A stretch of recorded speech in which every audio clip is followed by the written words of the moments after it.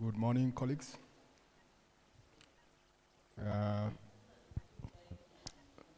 Good morning once again. It's good to have you here on this special day for us, Thursday, the 29th May, 2025. And I think it's become a tradition for us that every Thursday of every quarter, one Thursday in a quarter, it's a day that is set aside for us to have what we now call the Quarterly Knowledge Sharing Forum, dedicated to share our experiences, lessons learned, learning, and of course, unlearning from within and without the organization.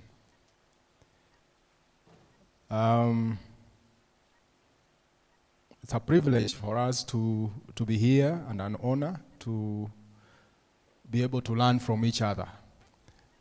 And we are just about to start. We had indicated that we'll start at 9:30, so it is 9:38. We will start shortly. Even as we do that, I just want to welcome each and every one of you who has found time to join us in this knowledge sharing forum. And of course, we do welcome our colleagues and friends, our partners, our stakeholders who have joined us online. You can share the link, the link to your colleagues and your friends, those who are interested to learn and know more about the theme for this quarter, so that they're able to join us and learn. So we are streaming live online on our YouTube channel, the KeNHA TV.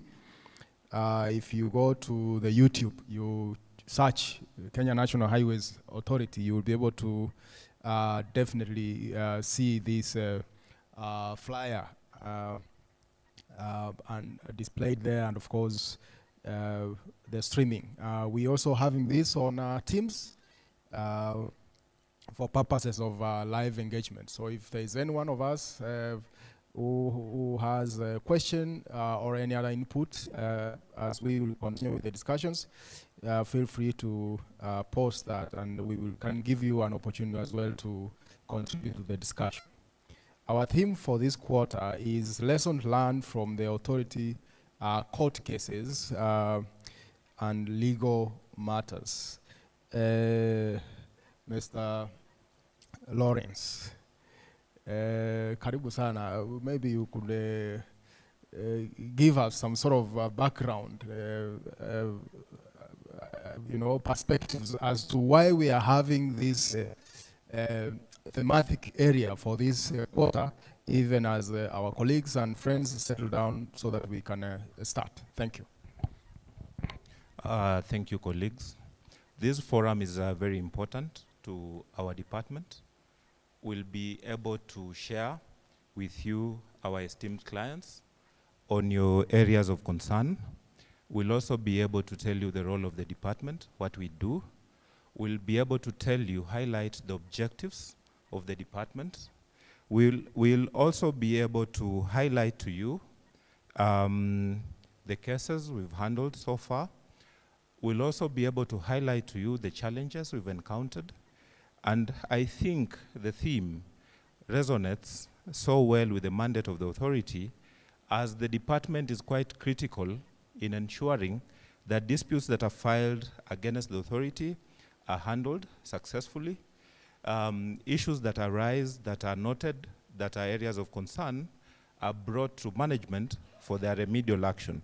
So I think the theme is quite important, and my hope to the audience will be able to engage.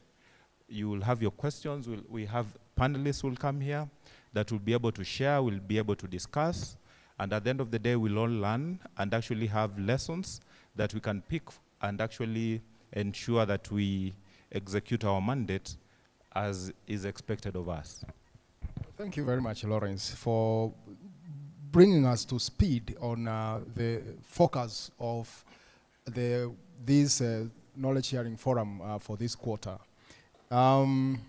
As well, in the audience, we have colleagues from our sister agencies.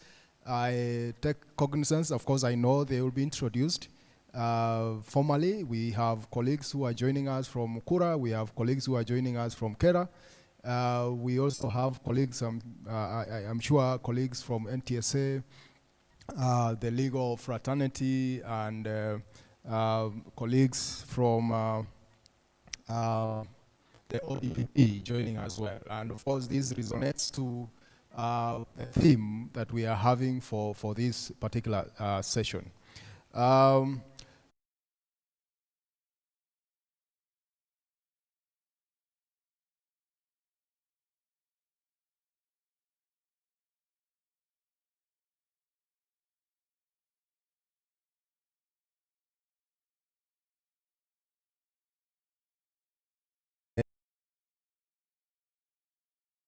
So, opportunity.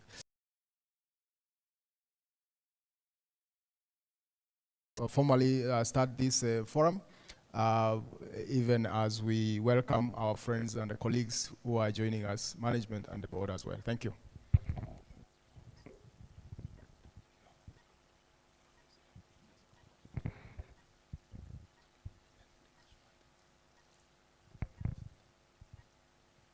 Thank you, colleagues. We'll start with a word of prayer. I'll call Hope Miriti to join us to offer the prayer.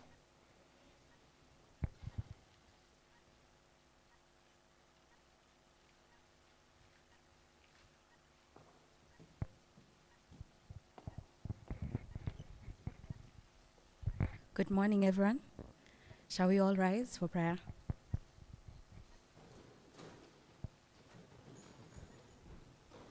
Let's believe and pray. Heavenly Father, we thank you for today. We thank you for the session that we're about to have. Thank you for the program. Thank you for the panelists. And thank you for the audience. We invite your presence to be with us and to make it a success. In Jesus' mighty name we pray and believe. Amen. We'll then move to the national anthem before we begin our program.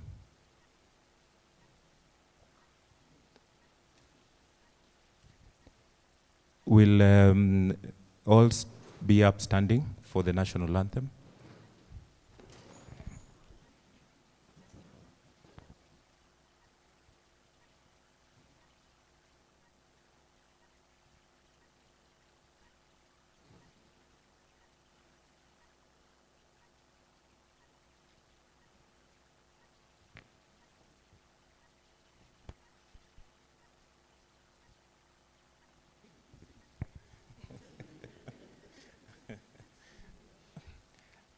We can, as the director said, we can sing the national anthem.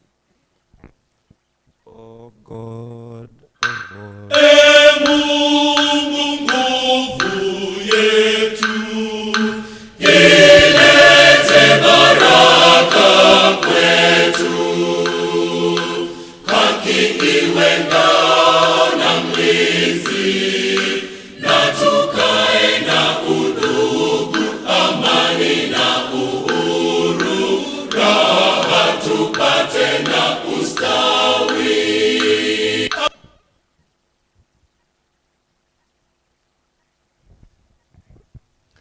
Thank you. We can all be.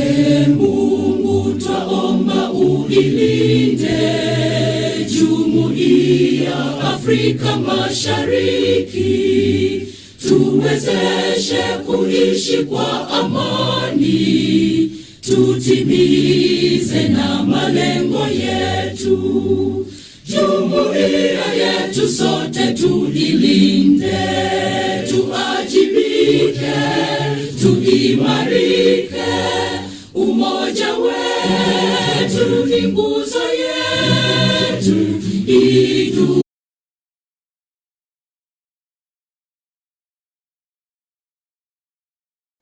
So this has improved our legal compliance, and this not only to the legal department. I keep saying I think legal matters are almost in every sector of our lives. When you go to procurement, there are rules and regulations which guide them. When you go to PLC, you go to maintenance, there is what guides them. When it comes to contract drafting, project management, and contract management as well, which has been our major risk when it comes to contract management. We'll also note that every court judgment is a blueprint for reform, and we should treat every legal outcome not only as a setback, but a signal to fill in legal and policy gaps, as well as offer structure guidance for policy refinement. As we keep, I think the board has put in a framework where we are able to review our policies at least within 3 years.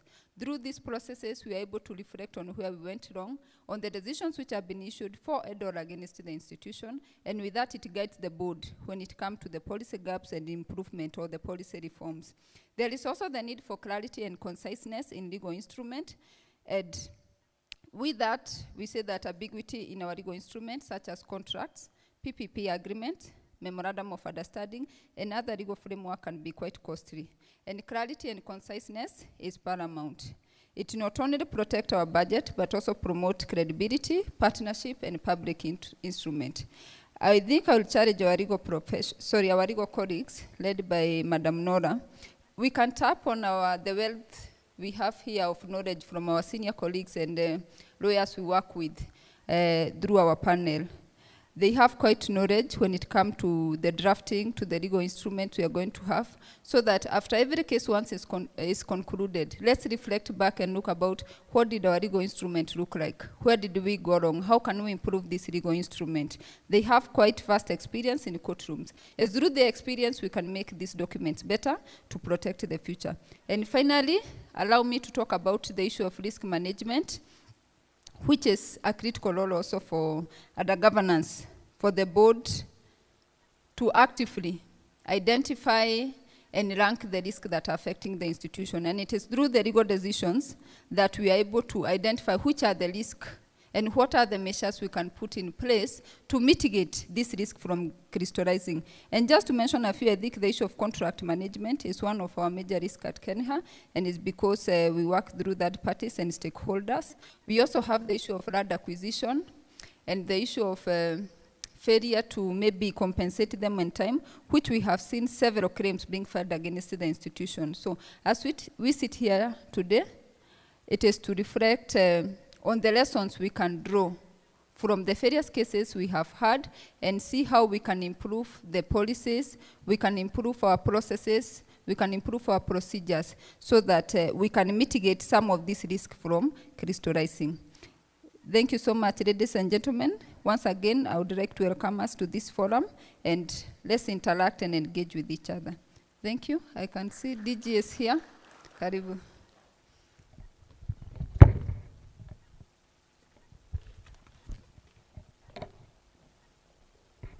Thank you, Director, for your remarks. I'll welcome Engineer Gatitu to welcome the DG as we acknowledge his presence.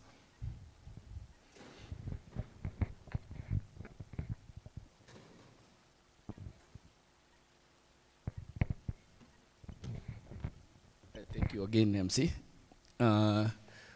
Like I mentioned earlier, I said the DG was coming, but I think he had been held somewhere. So now I wish to formally invite you to give your speech. And yes, protocol-wise, it's a bit off, but DG, you're welcome.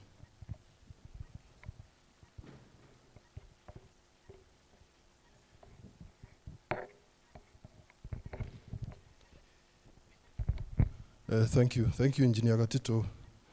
The tradition in KeNHA is if the DG is not there, the senior most person becomes the DG. I'm surprised, Engineer Gatito, you did not read my speech. You should have just read my remarks and we move on. I would have joined the forum just to participate. But thank you again. And good morning to all of you. That's a very low good morning. Good morning. Yeah, that's better. Sorry to come after you, my board member. I was held up somewhere. But I'll try and go through my remarks quickly. Let me begin by expressing my gratitude to the organizers of this edition of the Quarterly Knowledge Sharing Forum as the sixth forum and the second for this year. I'm proud of the significant milestones we have achieved as an authority in sharing our knowledge, insights, ideas, experiences, and lessons learned in our legal matters and court cases. I am delighted to be here and eagerly anticipate today's discussions and interactions in this forum. Earlier this year, the authority initiated the creation of a platform to share knowledge, experiences, lessons learned, and best practices. This platform aims to benefit staff and young professionals across various sectors within KeNHA. And as a result, we held our first ever knowledge forum in March last year. Our decision to hold quarterly knowledge sharing forums stems from the critical role the road sector plays in efficient transportation and economic development. Given that this domain is knowledge intensive and relies on expertise from diverse sources, it is essential to gather and share relevant knowledge and experiences with the broader community. Reflecting on our journey, I am proud to say that we have made significant progress in fostering a culture of innovation, knowledge sharing, exchange, and continuous learning. These efforts will support the authority in improving its delivery of its mandate. Ladies and gentlemen, allow me to mention the forums we have held so far for the benefit of those who have joined us today. And we have held 5 forums focusing on different areas in road construction. Our first forum focused on best practices and lessons learned from Japan on bridge management systems. As you well know, if you want to interfere with the infrastructure, especially road infrastructure, just bring down a bridge. You don't need to go elsewhere. I'm not inciting you to do something, but I'm telling you the truth. It is the truth. If you want to make sure people are not moving, just destroy bridges, and that's it. You're done. They can't move. By the time they come with temporary systems, you've done your bit. So it is key for us to maintain our bridges, and we are learning from one of the best in the world, and that is Japan. The forum provided a platform for gathering knowledge and insights from various road agencies and institutions, both locally and abroad, which would be used to bridge the knowledge gap and adopt the latest technologies and innovations to address the challenges faced by the authority while undertaking bridge construction and maintenance works. And the focus of our second forum was on mastering quality management. And I recall we invited General Motors representatives, the Isuzu team, on how they manage quality systems in their workshops as they assemble vehicles. And our aim was the forum provided a platform for gathering knowledge and insights, to bridge the knowledge gap and adopt the latest technologies and innovations to address challenges faced by the authority while undertaking, I missed that. I'm on the quality management system, so allow me to repeat. The focus of our second forum was on mastering quality management with key attention to improving product and service delivery. And the forum sought to share critical knowledge and best practices on quality assurance and quality management as key components to improve product and service delivery. The third forum looked at innovative technologies and eco-friendly materials utilized in road construction to enhance sustainability and durability of road infrastructure. And the theme reflected on the evolving landscape of road construction, where advancement in technology and the adoption of eco-friendly materials are not just innovations, but necessities for sustainable development. The forum shared critical lessons learned from the implementation of Mombasa Port Area Road Development Project. The fourth forum focused on public-private partnerships, with a theme centered on enhancing PPPs as an alternative to public finance and as a catalyst for accelerating infrastructure development. The fifth forum focused on road safety practices. And as we all know, road safety is our duty whoever you are, whether you're a pedestrian, a cyclist, a motorist. And having conducted these forums, ladies and gentlemen, we have gained insights as an authority and as individuals. We have learned some lessons, and we have shared experiences, and we expect this to lead to positive transformation in our service delivery as KeNHA. As we integrate these lessons in our mandate, I challenge you as colleagues and guests to leverage the wealth of knowledge and experiences documented in our central knowledge repository to inform our current and future projects. And with that said, I am confident that today's forum will surpass previous forums, especially as it focuses on lessons learned from the authorities, court cases, and legal matters. Wakili, I think we have several hundred court cases as KeNHA. We are sued left, right, and center. I'm sure I can see some panelists who represent us in courts. Kenyans sue us every other day. So as I conclude, I extend my heartfelt welcome and gratitude to our esteemed panelists for dedicating your valuable time to share your experiences on lessons learned on the authorities' court cases and legal matters. I encourage the participants, whether attending in person or virtually, to participate actively, engage with the panelists, ask questions, share your experiences, and provide feedback on areas that may require improvement in future forum. And with this, I wish to thank all of you, our board member, Advocate Wanjiku, for creating time for this. I wish to thank senior management. I can see quite a number of them in this forum. Our esteemed speakers and panelists, feel welcome in KeNHA. I know DPP had a representative. I saw their letter. LSK, I believe, is represented. We have somebody from Judiciary. Judiciary did not make it. But all the same, I believe, and our colleagues in Kera, Kura, the ministry, and TSA, but I believe we'll benefit from this forum as we proceed. I thank you all, and feel most welcome.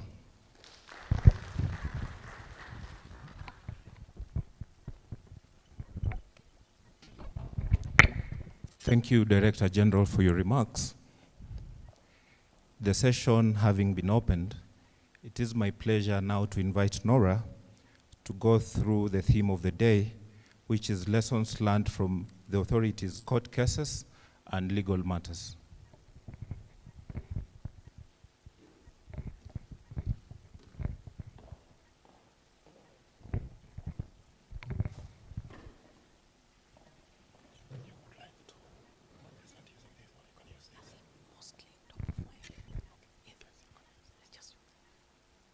Good morning to you all. Standing on all protocols observed and in the interest of time, I just really want to thank you for gracing this occasion. As the DG pointed out, it's the 6th, and I recall when the baton fell on us, our challenge was, okay, so how do we go about this? And we've thought through it, and we trust that this is just the way it was supposed to go. Thank you, Director Wanjiku, for highlighting those very key areas that we need to look out for in terms of strategy, risk management, and really how to stem the tide that DG is talking about of too many cases coming at us. How do we go about it? Though, of course, I'll always say it's a person's right to take us to court, but they need to watch this space because we will also come back. We're not just sitting back and watching you come at us. We will tell you as it is so that we bring it to the conclusion it ought to come to. It came to my mind as I sat there. 20 years ago, I handled my first biggest case, which was about 2 billion as against the government. Then, I'm glad that Mr. Mutari is here, State Counsel. The file is probably still on his desk somewhere in the Attorney General's chambers. But it taught me to stand tall, it taught me to fight back, it taught me to get everything I can get around a case that someone puts together so that we can speak on behalf of the other party. For the longest time, government was the place to just, come and knock and get away with some mighty judgment and you're home and dry. But the tables have been turned over the years. It was like in those moments when, progress looked slow. I was on that side of the government. Getting a witness was impossible, and progress looked slow. Challenges were daunting. But it is also in those moments that I began to think of how best to navigate around complex issues when I was actually a legal officer, a very low level in government. And because of that, today, we are also able in our small space within KeNHA, and with the help of the board, and with the help of the DG and the entire management, quite a number of young lawyers have gone through KeNHA and trained and now placed in some very serious places in this organization. The last of which I got to know yesterday, that one of us who worked here several years ago is now serving in the African Development Bank. And for that reason, I think that what we are giving out is bringing up people. And so we are very grateful for the forum we have, in that the knowledge that has come about is now being utilized in other spaces to grow the country, to grow internationally, and that kind of thing. Thank you so much, DG, for giving us this opportunity, even for gracing this occasion, and for the support you've often given us. I must share that I met the first chair of the KeNHA board, Madam Hannah Mureithi, and she would have wished to join us, except she was set to come back today from where we are. But one thing I must say for the first chair of the KeNHA board, LSK representative, she fought for the space of lawyers, because the structure of the organization is that the work is done by people who work is outsourced to. So she fought for that space, that as much as possible allow the experience that the director has referred to, that is out there, to come and help this organization. And this far, it has been something. And for that, really, I keep saying it, even in the forum where we are, I said I congratulate Madam Hannah Mureithi, because she stood firm, not only for the infrastructure sector, which remains really, but also for the role played by lawyers in KeNHA, for that matter, in the infrastructure sector, and I'm very grateful. And that mantle, she passed it down to Madam Mary Karen Sorobit, and today we still see the fire burning in Madam Wanjiku. Thank you so much. And who has even got this bigger picture very fast, within a very short time of joining the organization. So, this platform for sharing knowledge, we are grateful for, and it has challenged us to come out of our small space and come and share. And the reason you'd wonder, why have we brought in the lawyers? It is because most of our cases are handled by external lawyers. But surprisingly, and this will come out very well, the lawyers who handle our cases, you'd think they work in KeNHA. They pick up what we share with them very quickly, and then they are able to really transmit this to the courts. And because of that, you're going to hear about some of our success stories, and they're probably also going to share with us what we can do and what they think we should do differently to help us. So I have a presentation here that I'll probably skip most of these parts because we may not need them. But I'm very grateful that other than the panelists, I see some of the lawyers on our panel.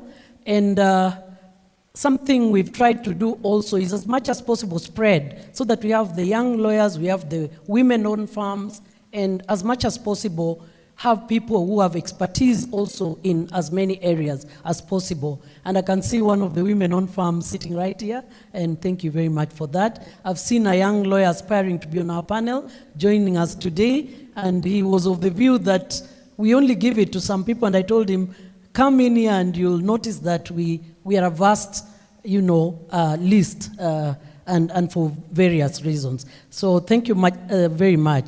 So I'll go to this slide that is outside what we do daily, because the rest is really internal to us, so that I just set the ball rolling in terms of lessons learned. Now, this is not something we do on our own. We need one another. Sitting right there is Engineer Cherono. Now, when a case comes into my hands, there's nothing much I can say about it until Engineer Cherono steps in. And Professor Muma here will tell you that is one of his best witnesses. We had one case also from that department one time, that engineer who was the witness in that case has since retired. But one thing I'll never forget that he said that I will fight this even if we go to the Supreme Court. So it's amazing how our team, our technical team, rise to the occasion. DG himself has had to sign an affidavit many times. He's been threatened with being hounded into court for failing to pay, but he has stood strong. DG he will not relent. If you give him one reason why he should not pay, at that particular point, he will respect that and he will stand with you. And so we are grateful for that. We are not here to deny people the fruits of their judgment, but as much as possible, what we try to do is, as much as possible, where something is due to you, it will come to you. Where it is not, we will have our day in court. So basically, there's a lot of consultation that goes on between us and the department and the Director General's office, and of course the board, as you have heard, because we then give reports to the board continually on what is happening. And as you can see from this slide, the authority, as DG was saying, has handled 1,042 cases since inception. And the number keeps growing. It's just, in as much as we report to the board, only maybe 18 cases were filed within this quarter. Cumulatively, that is where we stand today. The nature of claims vary. There is acquisition, compensation, cases on environment, encroachment, on road reserve, negligence claims as a result of road accidents, contractual disputes. Axle load is quite the place, but with time, I think with the engagements that have been done, this has considerably gone down. There's traffic cases and, of course, delay in payment. That is one area where contractors really come in. Now, the leading is acquisition of land and axle load. So what are some of really the key lessons learned? The key lessons learned is the need for timely response. And I know the lawyers will tell us this. Sometimes they get so frustrated, like the matter is coming up tomorrow, and we have not gotten your response to this. So to our internal consumers, this is key. And it has been good. We are not complaining. The people I must salute today are surveyors. Those are winners.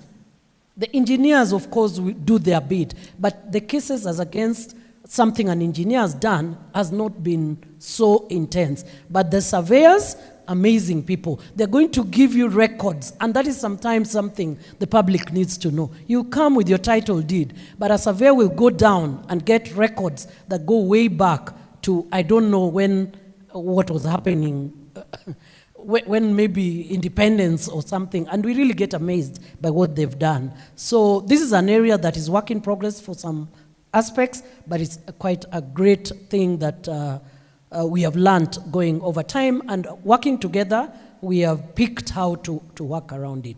The need for detail. Sometimes we get very and I'm sure when we write back to our councils, they are like, is this all? But they help us to then navigate, and we are finding our way there. And then engagement with relevant stakeholders. Last year, DG supported our engagement with the state law office. And because of that, my engagement with Motari as leading that team and other members of that team has become very, very quick. And we are planning again to engage with NLC. So we meet our stakeholders in a common place, we share our areas of struggle, and we come out of that forum saying, this is the way we'll go forward. So this was our opportunity also, because the councils on our panel are also our stakeholders, even as they share with us. This is an opportunity for them also to then come together with us. So this is something that has now helped us as a strategy to then work together. The need for pre-trial briefing, this has become easy with technology, and virtual meetings have been held. People are able to share contacts. You find Prof meeting Engineer Cherono, meeting DG, you find Mary Sheila meeting DG, and they are on one-on-one terms. So when that becomes their witness in a matter, it becomes a very easy thing to do. The leverage on technology, I've already mentioned it, the e-filing platform and the virtual courts, those are areas that now we've leveraged on. It has saved us a lot of travel, even for the matters that we are handling internally, and some of them now we're able to do from our desk. We are currently working on a case management system. We have visited some of the law firms when we were putting this together so that we could see how it is working for them, because we've seen efficiency on their side. In our service level agreement with the lawyers, we tell them, give us feedback within 48 hours. And indeed, immediately they come from court, you already have a feedback. And we realize they have leveraged on technology, and that's an area where we are looking forward to hear from them on how best then we can move this. Of course, we are about to launch ours. Inadequate internal experts, yes, that's an area. I think Prof will share with you a case he had yesterday where we are relying on external experts. And so one of our internal staff members had to go and testify. And it took a lot of, talking and engaging from Prof to then help him appreciate that he was not exposing himself. And indeed, the expert's report that had been worked on was something that he could talk about, because it's a report that the expert did work on it, but he gave it to us, and then he could then submit it in court as a document that has come from KeNHA. So this is still an area. We may never have all the experts, but at least now we have valuation expert, and that has built us up a bit. And the need to preserve confidential information. Of course, we have the clauses on confidentiality, but we have witnessed instances where we have found either communication that was between us and other people popping up as annexes in documents that have been filed in court. Now, knowledge sharing. Yes, various decisions impacting on the mandate of the authority we appreciate should quickly be brought to the attention of all the people who are, let's just say the departments and the directorates in the organization, and even our sister authorities. We have a Kura representative here, KERA also. We should let them know immediately so that as much as possible outside KeNHA, we should also share. They likewise share with us. We have tried at a minimum level, but we are hoping that post the engagement we are having in the last week of June, we will have a better sharing platform, even including the AG's office, that will be able then to have a better and quicker sharing. These are really internal. One thing we've now learned is not to whine about number of staff, because the support we have is immense. And the structure of being supported from the external service provider, we are beginning to realize the strength. And DG has talked to us about this for years, that you may be complaining, but if you really look at the wider picture, what you need is to work better with the people on the panel. And we have gone that direction, and we've seen a lot of strength even in this past year when various constraints made it impossible to then have the kind of staffing we were looking at. And so far, so good. It may not be easy, but we are getting there. So the challenge that then comes is then when we are not able to make payments on time. And this is a challenge, I think, that cuts across the entire country. It's not a very specific problem to us, but going by some of the things that are happening currently, this, we believe, is going to go down, and immediately some payments are done. One of the things we plan to do is to do a post payment analysis to see then what has gone down. Because we have all these cases with judgments outstanding, and it makes the contingent liability look bad. It's not meant to look good. We are not trying to tamper it, but as much as possible, it should be managed. Because perhaps someone out there may be like, wow, that's their contingent liability. This is the place to raid. So it's not something that we are doing to just make people, pop in. So as I've covered the issue of staff, and that is now something that we have found a way to manage. And the absence of timely response to strategic inquiry, we are engaging. As much as possible, we are trying to have very one-on-one engagements so that that doesn't happen. Of interest, some of the very interesting cases are listed there. 5-star agencies, we fought all the way to the Court of Appeal. And yes, this was, Professor Muma, I think, was acting for KeNHA, and we are left with still wondering, so what happens? We were told we need not have been a party. So what happens? If at the end of the day, we are told you need not be a party in the case, but the payment, it still falls on KeNHA. So we never had a say, we never had our day in court, but there we are. So I don't know, that was the last court, the jury's out. SICAD Properties, this was a celebrated case. I'll never forget our first surveyor was a strong man when it came to cases. This was quite something, and we succeeded, but again it went round into the Court of Appeal and became another different decision. And it was something involving someone who had built his property. It was very cool. When you use that road, you'd see the property. It was actually right inside the road reserve. But again, this is how things go. We have Tangerine. Those are really celebrated cases. We have Simonash, and those are the cases that really sometimes we sit and we celebrate. So the details of it are shared. They could be quite legalese, but it is areas that show that we fought.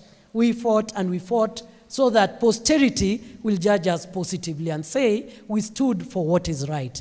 And so that even people around will say this was something that will go beyond the KeNHA as it is today. There is SICAD,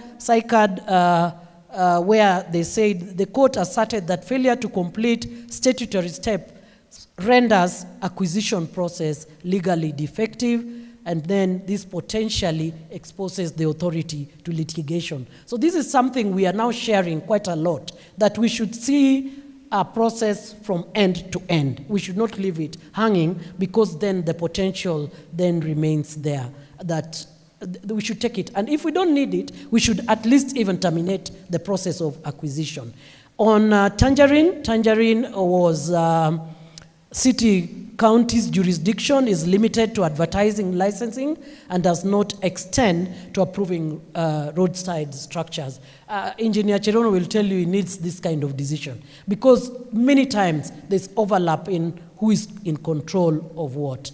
So unauthorized erection on road reserve contravenes Section 49 of the Kenya Roads Act and 91 of the Traffic Act. This is one area from the outset of the authority.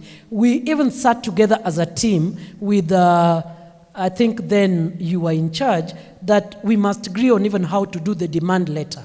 When we are telling you, you have an unauthorized structure on our road reserve, and if you do not remove it, then we will be coming in. Because when we started, what we used to do was put the red sign. So we've come from far. We have learned. The red sign got us in a lot of trouble. So we then decided to do it the right way. We sat down, we agreed what is the law, and working together as a team, we came to this. And so there are decisions around this and growing. There is Simonash. Simonash is quite a fighter. He has fought a lot in Kisumu, and decisions have come about. The court buttressed the provisions of Section 68. Section 68 of the Kenya Roads Act has really been touched a lot, and Section 21(4) of the Government Proceedings Act, they sort of go together, and they provide that enforcement may only be effected through the order of mandamus. Sitting here, I'm sure Kura is represented here. I am not quickly seeing the person from KeNHA, But interestingly, because we all sit in the same space, today if there's a judgment, one of the interesting judgments was the one of Ahmed Nasir, when he got a judgment of about 700,000, which I think people think was one of the biggest judgment, but it was quite a little money. And when the people came, they picked the cars that belonged to Kera. So sitting in this space, we stand a risk of your vehicles being taken away instead of our vehicles. So I don't know, as we have our discussion at the end of June, we'll probably have to agree with the security, with everybody, on how to manage, because attachment is a reality. And the auctioneer does not care. Once he reaches this place, he sees a vehicle, he can even pick a contractor's vehicle and go with it. So we are fighting that the process of execution should be accurate, and it should not embarrass other people unnecessarily. So, yeah, this is on overloading, as I said, with engagements with the judiciary, with lawyers taking great steps in court. We have worked hard to be clear on what the law is saying. And people have gotten very surprised. Recently, I think there's one person who thought that they could then go into court, but I think they have had it rough out there in Kajiado, because we came out, you know, blazing and said, it is not enough to say that we are not a party merely because the charges should be brought about by the DPP. We have an interest at the end of the day, and so we must be heard. And so we are waiting for the outcome, and we trust that the pronouncement on that will put to rest any chickiness around the issue of axle load. You know, what people do, they overload, and then they want to get away with it through the court process. Automation has really helped, engagement has helped, and the vision is that the menace of overloading will be a thing of the past.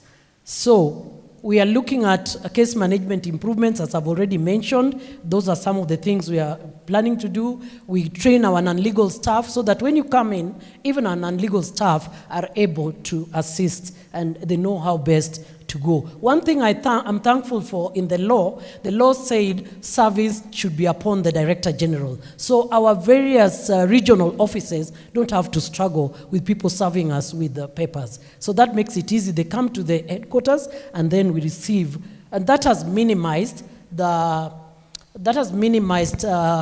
people who abuse service. But again, we've seen it come up because with technology, people just send it to DG at KeNHA. And perhaps today you may help us. Pleadings just sent to DG at KeNHA, summoning DG to come and appear, else he will be arrested. So what happens? DG at KeNHA, perhaps DG did not see it. What happens is that service, I mean, these are some of the things that are now coming up, and we are getting shocks sometimes that but nobody has come to arrest the DG yet. We are grateful. So I just want to rest it there and allow our experts also to tell us they are part of it.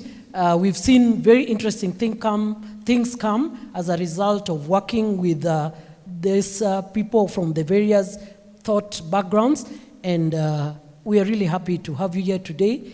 We are keen on documenting everything you say so that going forward we'll be better, stronger, smarter. Thank you very much.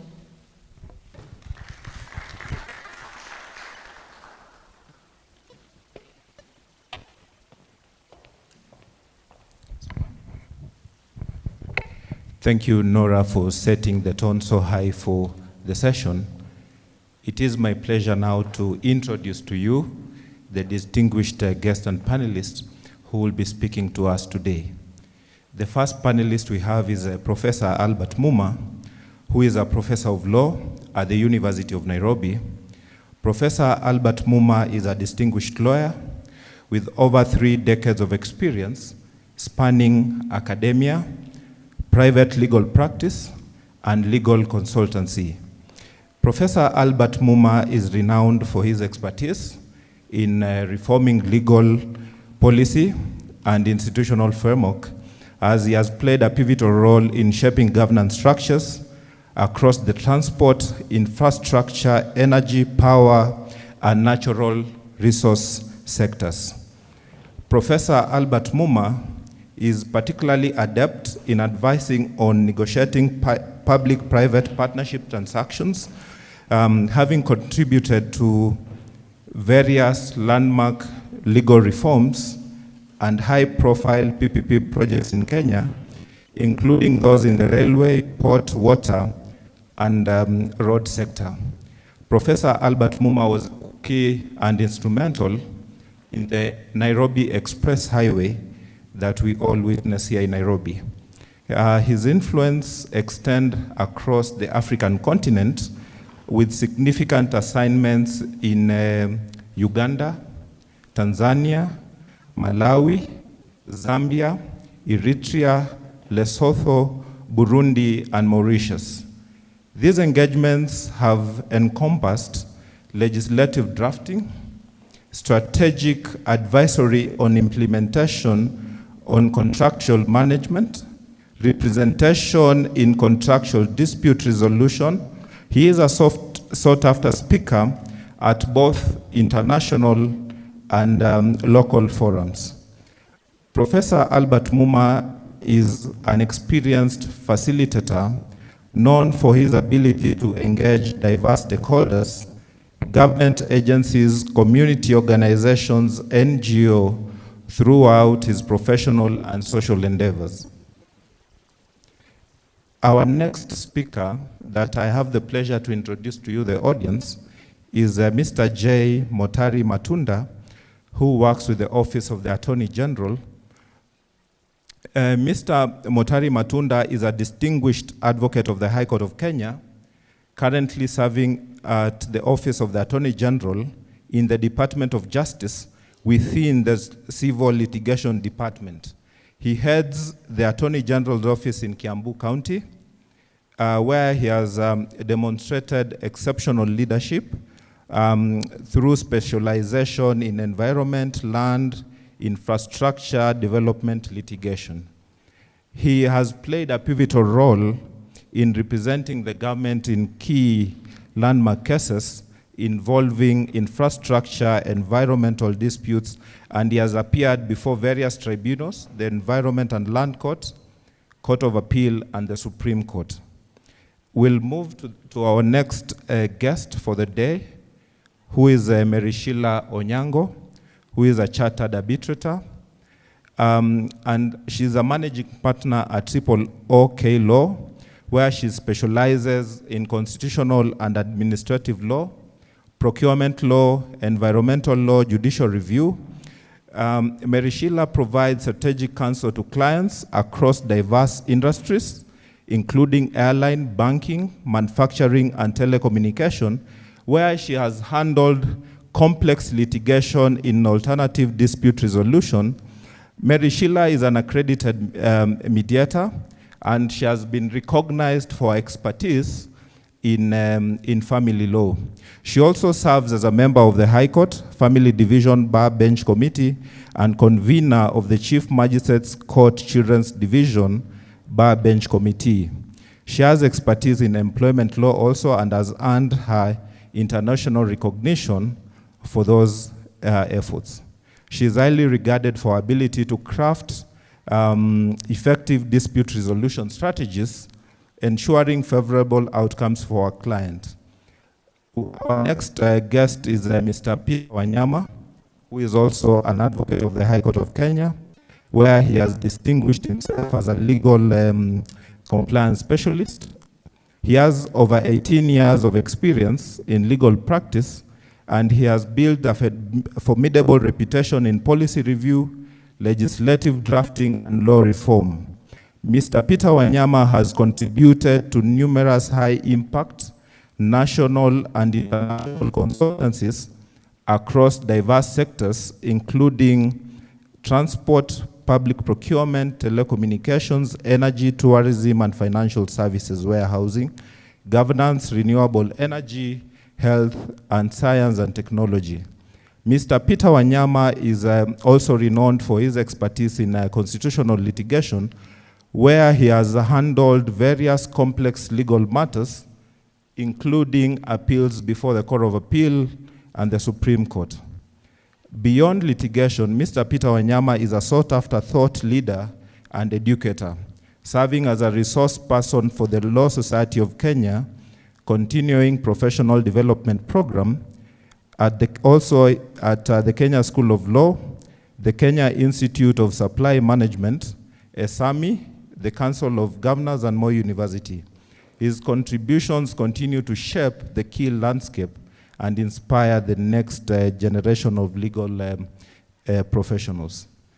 With that, those are the panelists for the day, and I'm sure this is the moment everyone has been waiting for.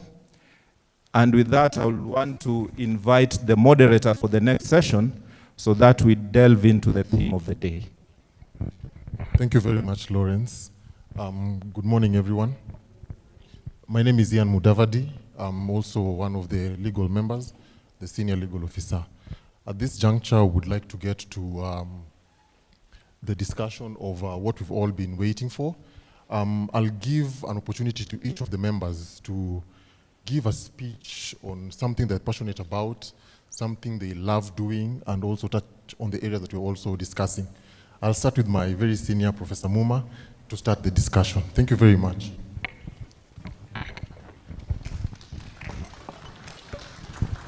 Yeah, thank you, and I'd like to first of all say I'm quite pleased to have had the opportunity to come to today's session. I had, not been entirely sure because of obviously other engagements, but I'm glad that in the end it was possible to come.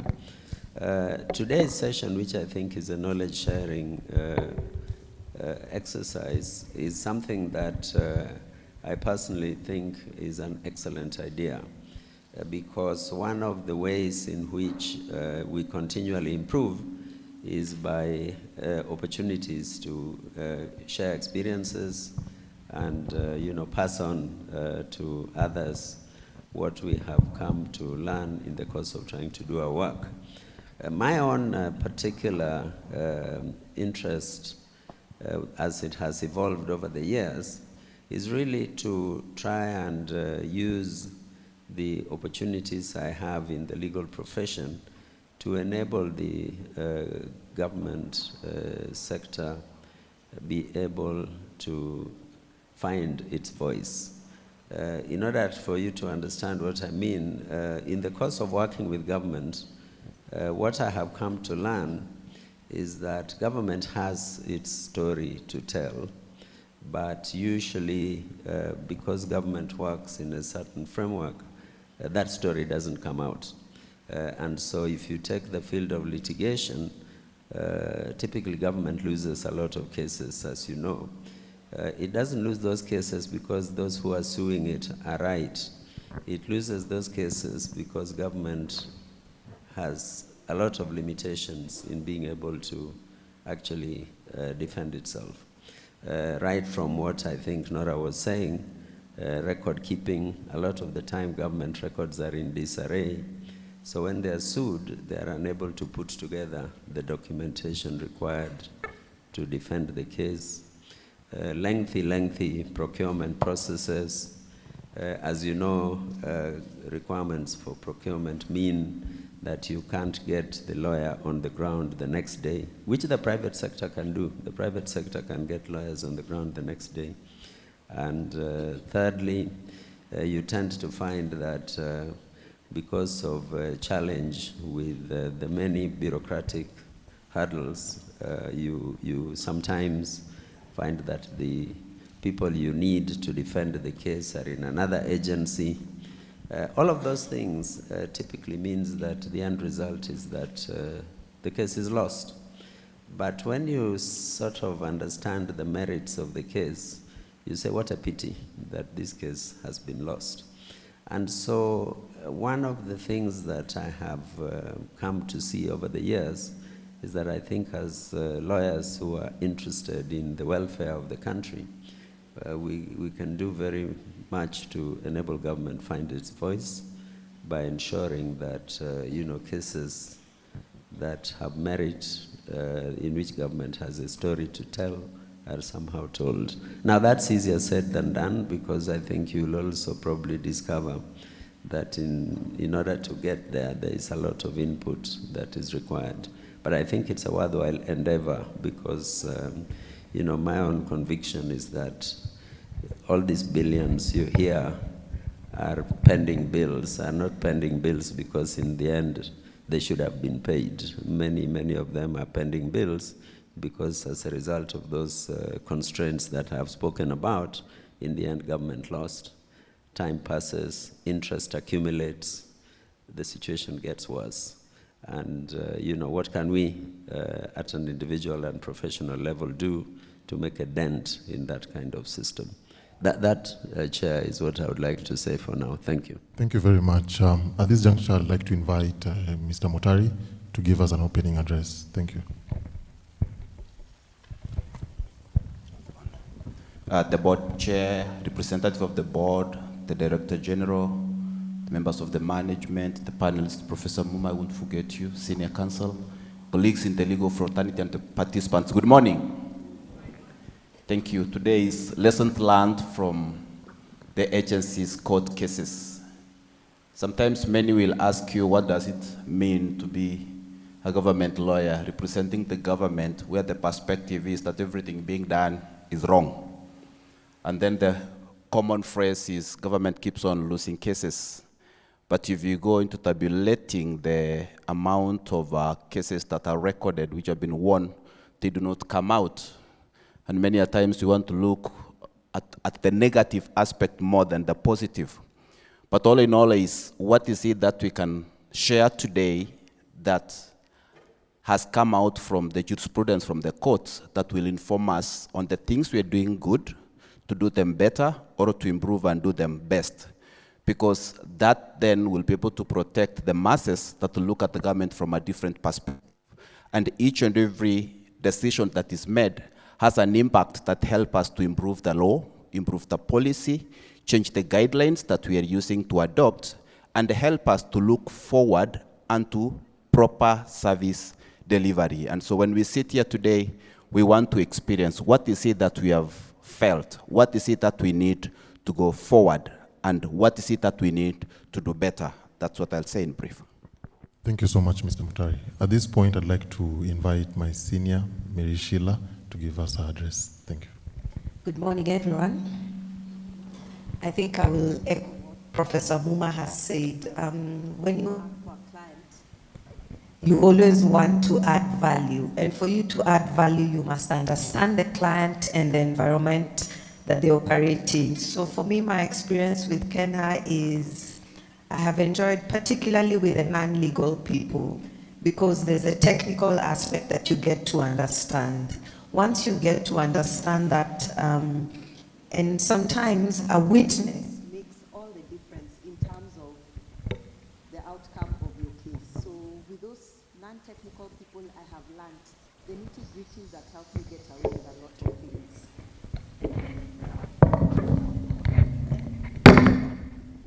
Sorry about that. So I can say for me, is I get to learn while I act for KeNHA with the engineers, particularly on what to do.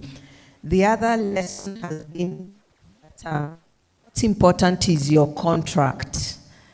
You may make mistakes, be the smartest lawyer, but ultimately you're tied to what the contract does.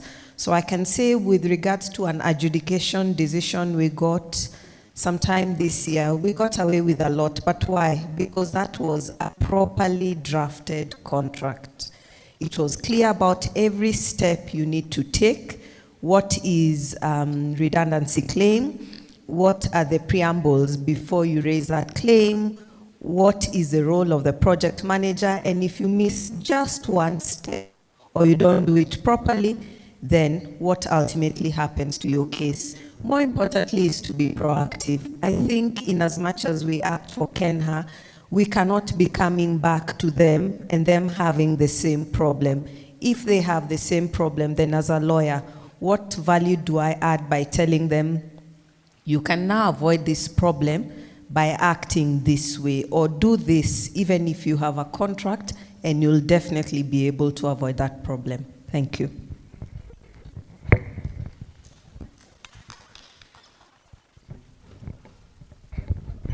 Thank you very much, Mary Sheila. I'd also like to invite my senior, Mr. Manyonge Wanyama, to give his opening address.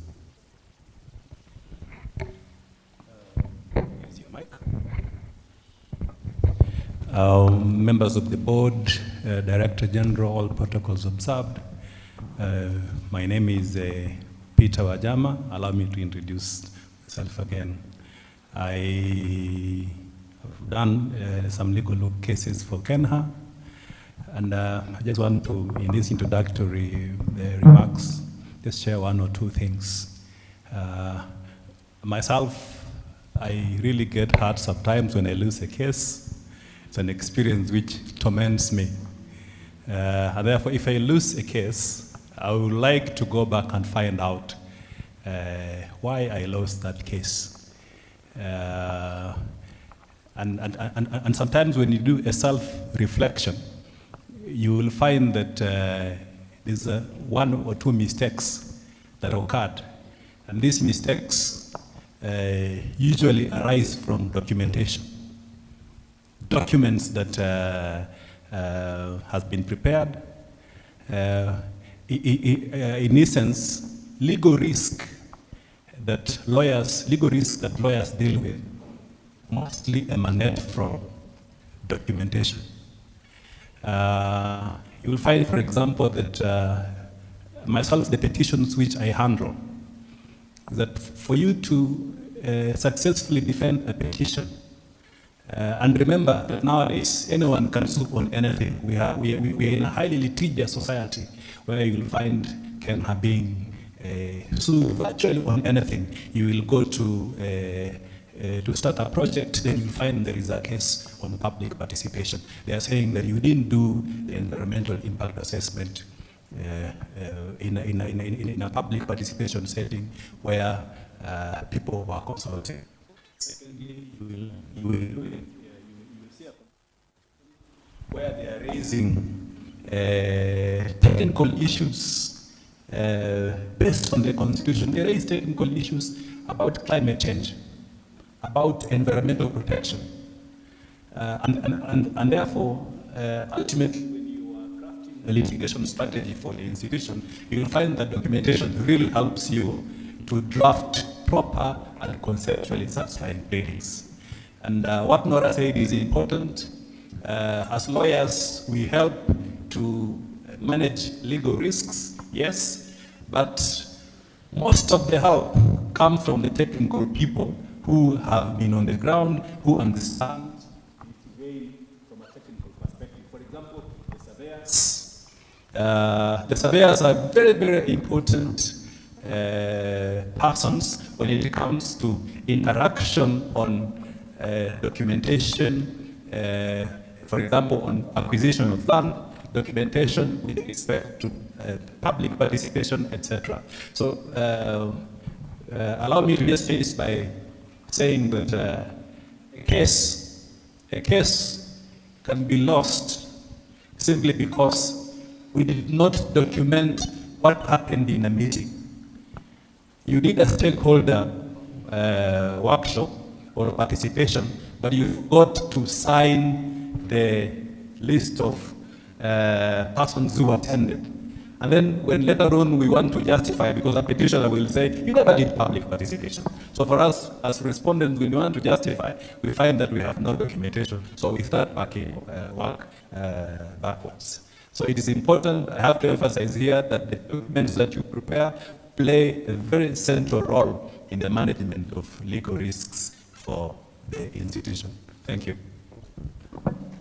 Thank you. Thank you very much, Mr. Wanyama.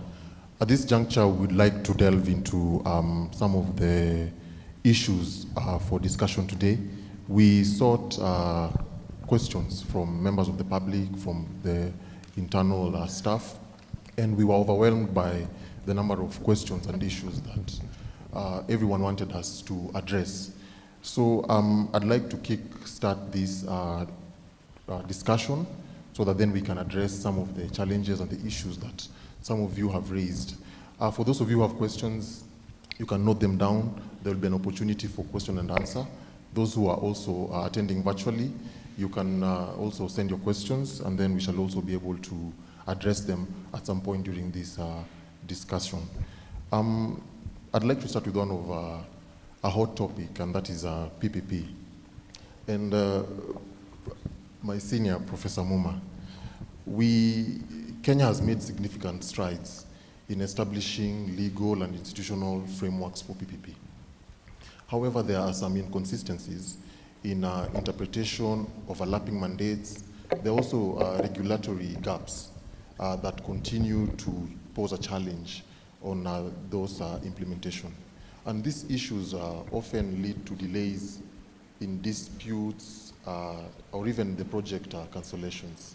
So we'd like to know what are the key legal institutional gaps that hinder effective implementation of PPP projects in Kenya today? If you could maybe point out one or two insights on that. Thank you. Thank you. I think that the legal framework for PPPs, has been in place now for a considerable period of time. I mean, the PPP Act itself was enacted in 2013 and then amended, and it's been in place. But even prior to that, PPPs could be implemented, although not through a dedicated legal framework. The PPP process requires at the outset that one does,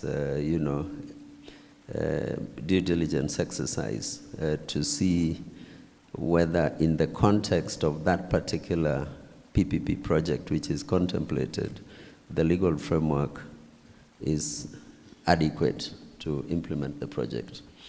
And so whereas at a general level we do have a PPP framework, in the context of a specific project, you will then come across various gaps and issues that need to be addressed. Once you get there, then the thoroughness of the legal due diligence is very important, because that's when you really get to zero in on what the gaps are. And if I can give you just 2 or 3 issues that I have come across, which I think would need to be thought about and addressed, it is that we usually have government agencies, implementing mandates. So for instance, in the infrastructure sector, say in roads, it will be KeNHA, which is charged with the mandate of developing and operating the road network. And then you now want to introduce a PPP project, so which means you bring in a private sector to implement that mandate now on behalf of KeNHA. Then you discover that the legal framework is not appropriate, because the way the private sector looks at risk, for example, is quite different from the way government agencies look at risk.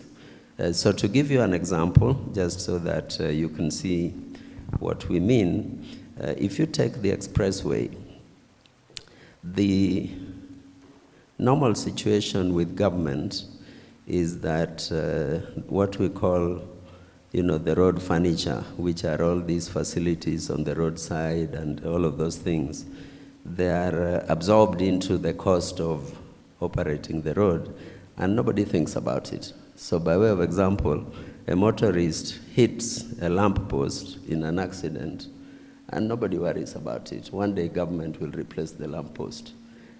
The budget for that is absorbed into KeNHA'S budget. When it is a private operator of the road, the cost of hitting that lamppost is something they must factor into their profit margin.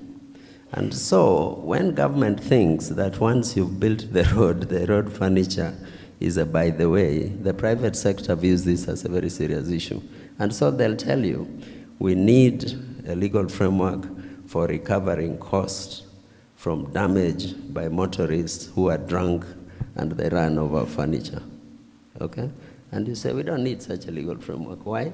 Because as government, this taxpayers' money is something that each year you can go and say we need money for budgeting. For them, they say it's not insured, we want to recover it. So that is an example, and you can multiply that across the board. I'll give you another instance which is always very problematic when you go to the PPP context. For a private operator, the ambiguity in legislation is quite a problem for them. When you are dealing with a state agency implementing projects, they say, well, fair enough, we'll deal with the issue if and when it comes. After all, we are government. And so by way of example, on this question of a resettlement of those who might be on the roadside, let me just give you an example. So you have here a situation in which when you have a road reserve, then for as long as the road has not been built, people can occupy it. And so we even have a regime called temporary occupation licenses. So people go there, they plant maize, they build structures, they hawk. And all of these things don't cause a problem until you get a private sector person coming in. Then they want all these people removed. Why? Because for them, the presence of all these people hawking and so on is a risk. It's a risk to them in terms of potential liability. It's a risk to their security. And then you discover that our legal framework has actually been giving people some, proprietary interest in road reserves, which for a state agency they live with, they don't worry about. For a private person, it's very serious. So the overall answer on that question is that the gaps exist. The gaps tend to be project-specific and context-specific. And you can only discover this through due diligence. Thank you. Thank you very much for that elaborate response. I would like to move a step further. Senior Mary Sheila, the authority has encountered a range of legal disputes in execution of its mandate, particularly infrastructure and procurement-related projects. Understanding the nature and frequency and root cause of this dispute is essential for development of a more robust and project management framework. My question would be, what are the most common types of disputes the authority has faced, and what could be some of the major key contributing factors to these disputes? Thank you, Ian. I think because of your mandate, which mainly is to build roads, so those disputes are, one, how do you enter those contracts? So one, there's the procurement matters. And in procurement, you have two types of matters where the Procurement Act applies, the Public Procurement and Asset Disposal Act applies, and then you have the special matters where the projects are funded. And where those projects are funded, then there are certain exceptions or certain parts of the Act that do not apply, because we are then bound by the procurement rules of the funding agency or government. So that's one type of cases that we have. The other cases relate then to the contracts once you enter into them. When there's a dispute between KeNHA and the contractor, what happens? In those cases, yes, are on road construction, and it depends at the point at which they come. So there's the ones that start at some point, well, in the middle of the contract. Most of them go to adjudication because the contracts generally provide for adjudication, and adjudication is meant to be short and fast within a very specific period, and the work should not stop. The challenges we have had with those is, first, we do not have a law specifically on adjudication in Kenya. So then we rely on precedent, but more importantly, what does the contract provide? We had one matter where the contract was specific on the adjudicator. Yes, he was appointed in 2019, then COVID came. Because of COVID, we did not proceed during the COVID period, and he was averse to technology. So he insisted that all the proceedings had to be in person. So for 2 or 3 years, nothing happened. Post-COVID, then we had the hearing sessions, and unfortunately, he passed on last year. Again, what do we do when the adjudicator dies? The contract says, it was very vague on the process, so as between the parties we really did not agree, then the matter went to court. And all the court said was the Chartered Institute of Arbitrators to appoint an adjudicator. Again, sets no terms. The institute appointed an arbitrator. When we tried to object, the issue then was, it was up to the appointing authority to decide on who the adjudicator is, and all they needed to show was that it's a qualified adjudicator. Whether or not they were qualified for the technical issue was another issue. So that took us very long. Then once you have the decision of an adjudicator, what do you do with it? Most of the contracts provide that they indeed are final, even though you have a right of challenging it by way of arbitration. So then post adjudication, we then move to arbitration. The challenge usually is, do you seek a stay, or once you institute the arbitration proceedings, is it an automatic stay of the decision of the adjudicator? This matter has actually found itself in court, and what the courts have said is, well, you have a right to move to arbitration, then but the decision of the adjudicator remains final, and unless you have an interim protective measure staying that decision, you must comply. So the matters then go to arbitration, and arbitrations are generally final. Under the Arbitration Act, there are very limited instances when the court can intervene. We've talked about an interim protective measure, which is a sort of stay orders you get to protect you as the arbitration goes on. If you have an issue with the appointment of the arbitrator, you can also have recourse to the High Court. When you get the decision of the arbitrator, then you can only challenge it for limited reasons. And those limited reasons, really that issue has even been litigated up to the superior courts. And after you are done with the High Court, then do you have a right of appeal? The High Court and the Court of Appeal and the Supreme Court are of the view that generally no, arbitration decisions are meant to be final. So even then, unless you're raising a novel legal point, then the decision of the High Court is final. So majority of the cases arise from the contracts, and they go through adjudication, arbitration, and then the courts. While we say that sometimes when you get to court, and the court really has a limited function in terms of what it can do. Most of them have said that if it was final, then what are you coming to do rather than enforce? That was the attitude in SBI cases, but luckily, despite that, we were able to challenge the issue of interest. And you can now tell that the new cases that they're filing, they're now trying to come for the financing costs and interest and those other things, because they've now realized that they are bound by the decision of the adjudicator, and even if we delay in making payment, then they cannot claim interest. While on that point, what are some of the best practices in dispute prevention and resolution that you think maybe the authority can adopt to improve some of the outcomes of these disputes? Like I said at the beginning, the contract. When you have a contract, you're bound by it, good or bad. There's very little you can do to wriggle out of it.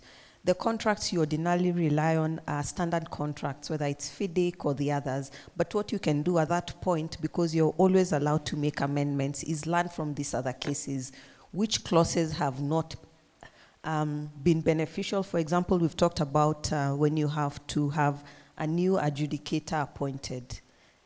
Include those additional clauses in the contract. Secondly is record keeping. And sometimes we ask a lot of questions and nobody can tell what happened in between. So if we always keep our records properly, for every engagement you have on site with the contractor, the requests, have something in writing, and then have those records maintained, because ultimately those records speak for themselves. It's not even an issue of who you get to be a witness.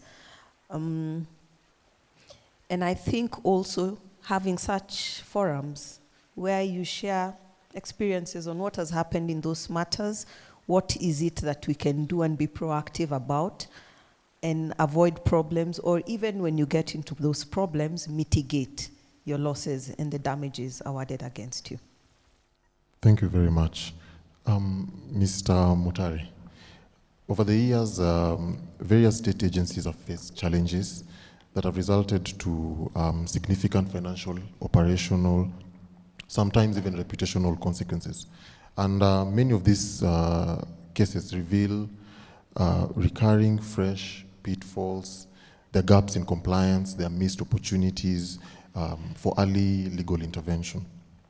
And understanding these trends is essential for developing a proactive legal risk management strategies and minimizing future litigation. What are the common legal pitfalls or recurring issues that have emerged from recent court cases involving particularly state agencies? Thank you, Ian. Many a times, the government is seen as the big brother that has the mandate to implement projects.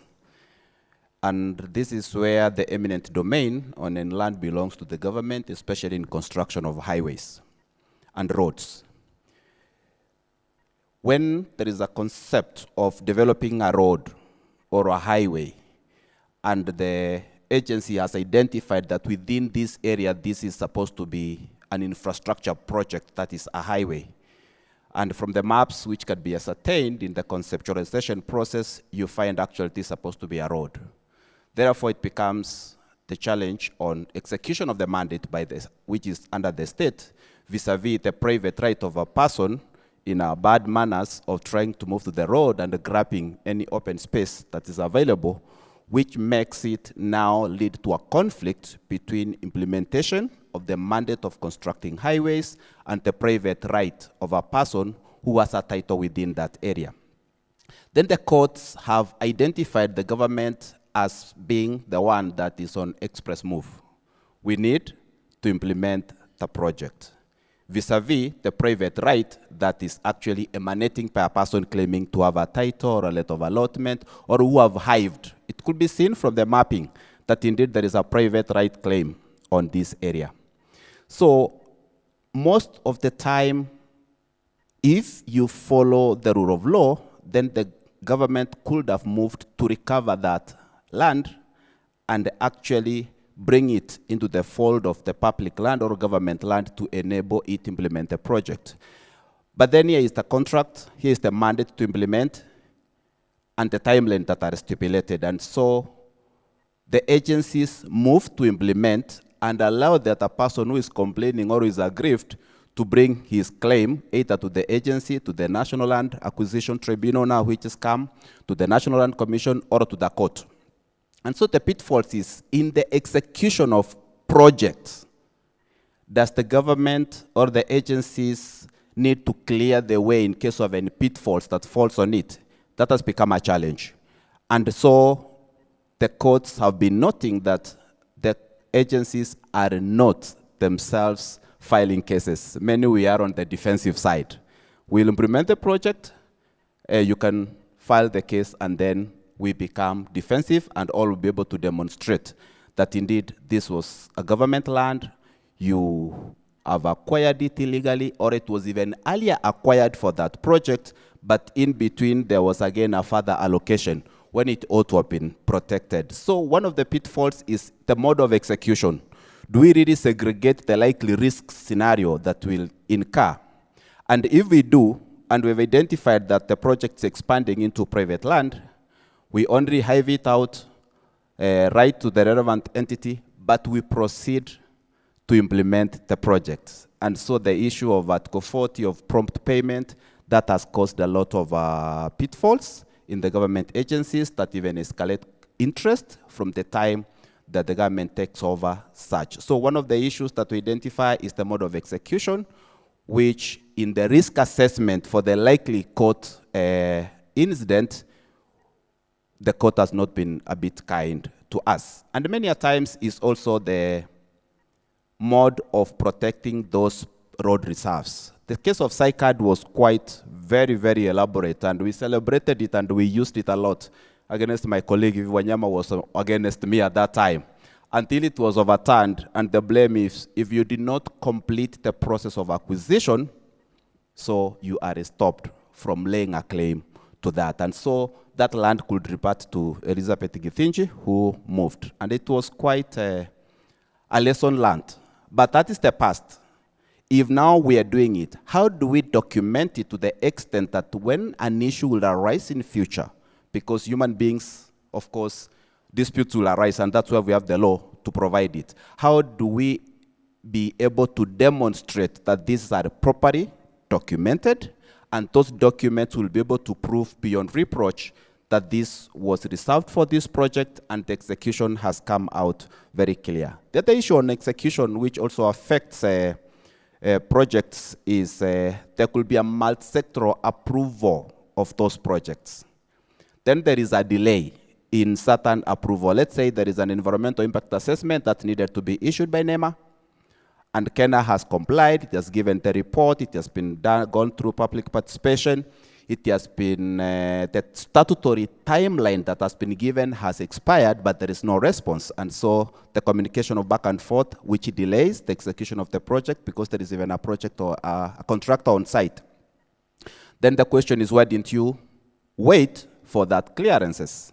But we have timelines that we need to move. So that becomes quite of a challenge on how do we fast track these compliances so that we are not caught against violating certain provisions and certain various provisions of the law. Thank you very much. I think timely legal action is often a determining factor in success or failure of any litigation. The authorities' experience in this particular area, and more specifically maybe axle load cases, has been delays in initiating the legal process or responding to legal threats have had significant consequences on the outcome of these cases. This theme today explores how timing influences legal outcomes and institutional credibility. So, Mr. Wanyama, what are the key legal and operational risks associated with delays in regulatory litigation? And even as you highlight on that, maybe you could also highlight some of the strategies that can be institutionalized to ensure timely and effective responses to emerging disputes.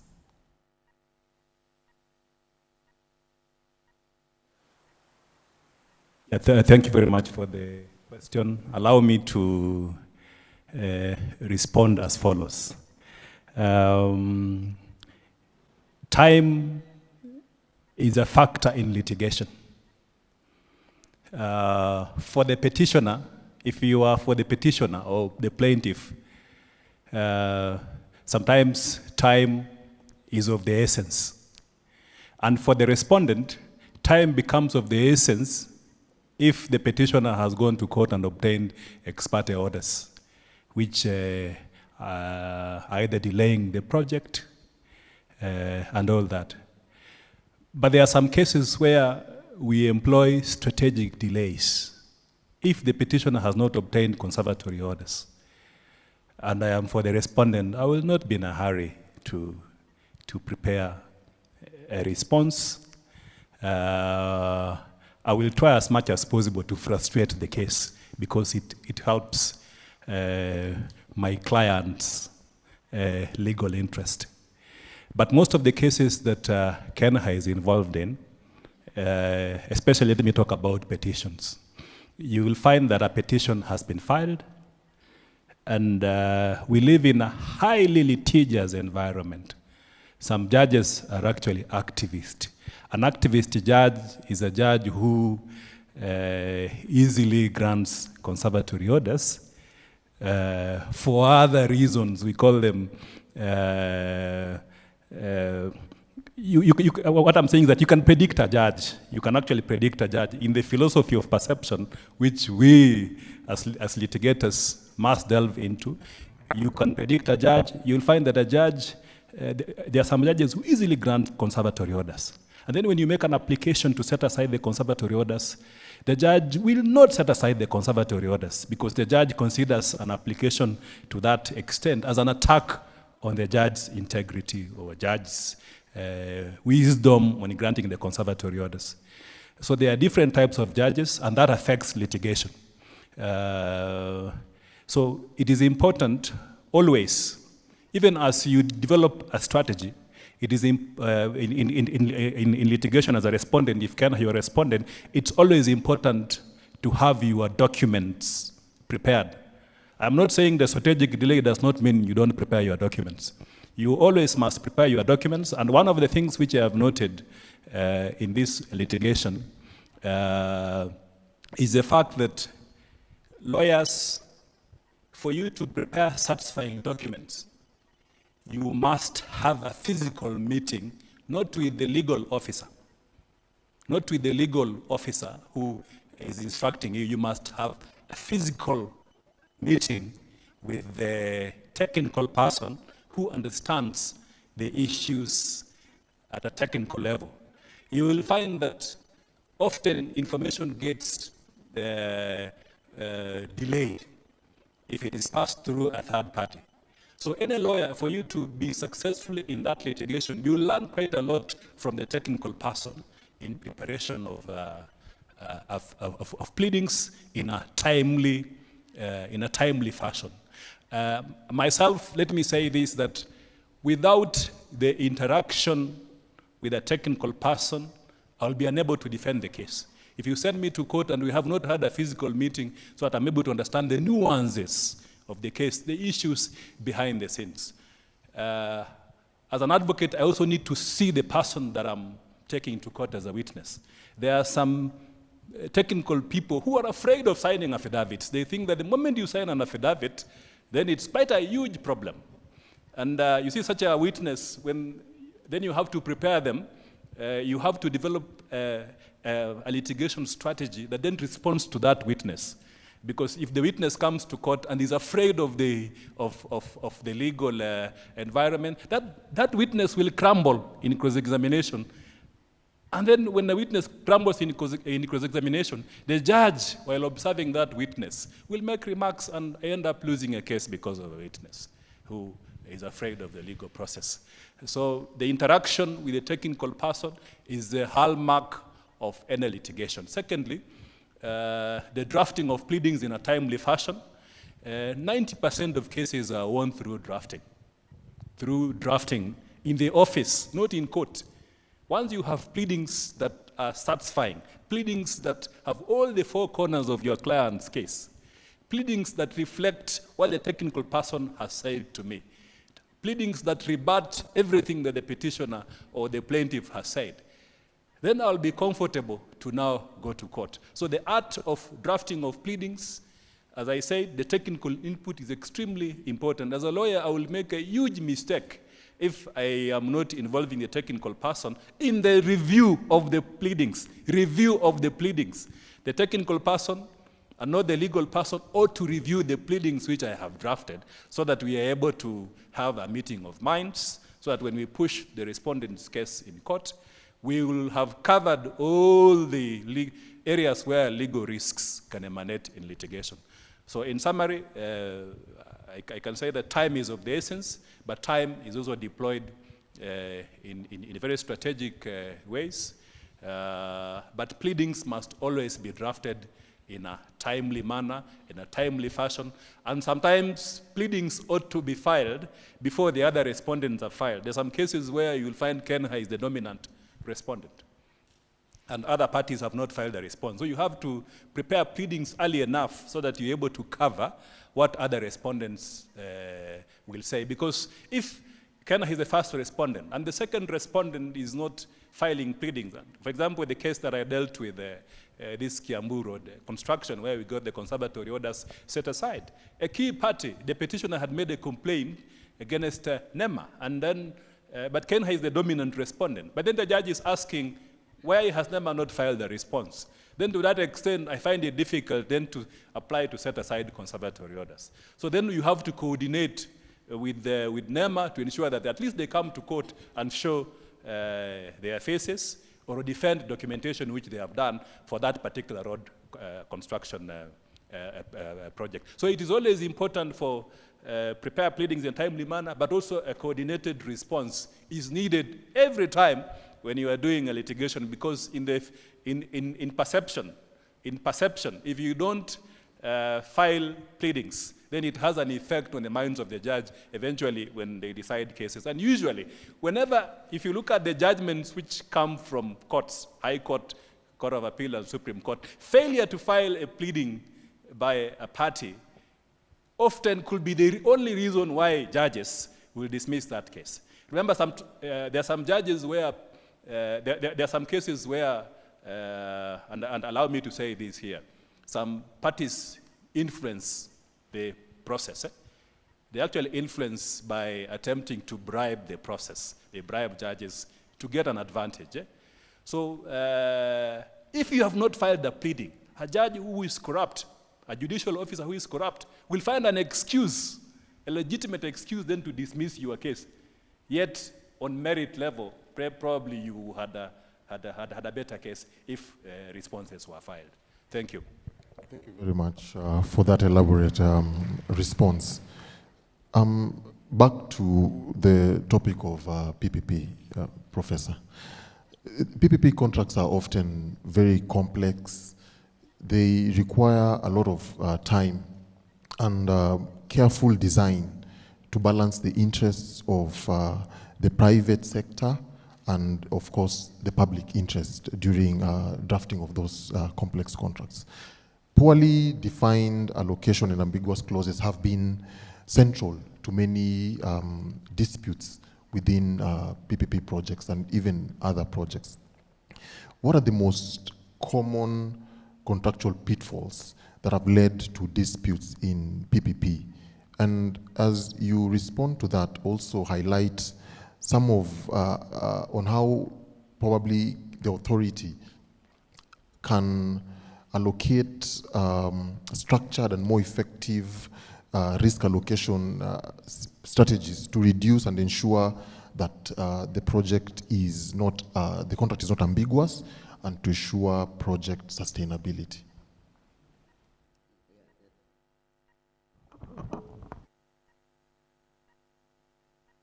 Yeah, thank you.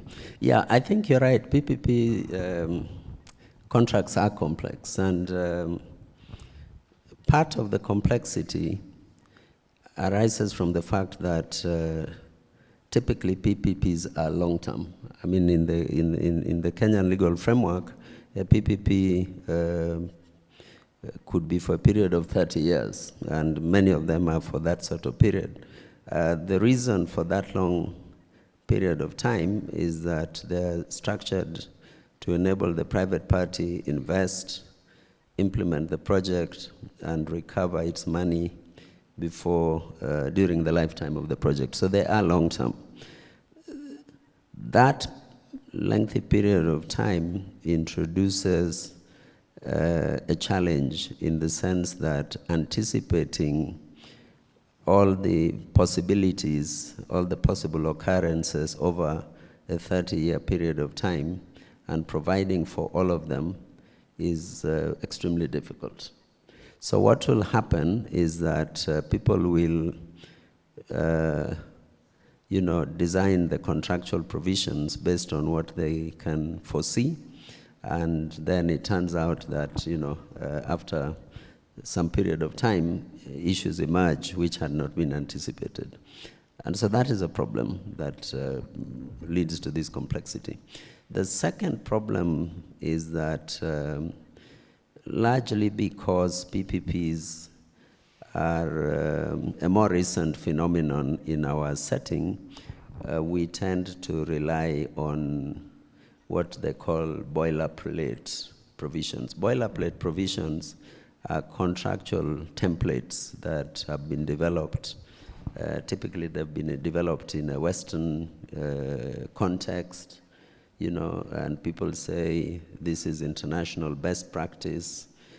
I'm always saying to people that the terminology international best practice is one that must be looked at with care. What it is really is that it is the practice of another jurisdiction, usually a Western jurisdiction, but because of the dominance of the Western world, we think what is Western is best practice. So they are picked up from there and applied. Part of the reason they are picked up from there is because we do not have our own templates. Another part of the reason is that it is typical for us to use Western transaction advisors who will implement what they are used to. The context in those countries and the context here is often quite different, with the result that when you now have this boilerplate provision that may have worked very well in another jurisdiction, you run into problems because of those contextual differences. A typical challenge that arises that you might say is likely to also lead to these kinds of challenges with the contract is the negotiation process. The standard way in which PPP contracts are drafted is you start off with some template in which you put in all these clauses, and then you are taken through a process of negotiations, and many of these things fall away, all right? So you end up diluting them, as you go. And the reason for that is usually that a lot of these private parties are very sophisticated negotiators, mainly because of experience, but also, secondly, because they are able to master the technical details of that project.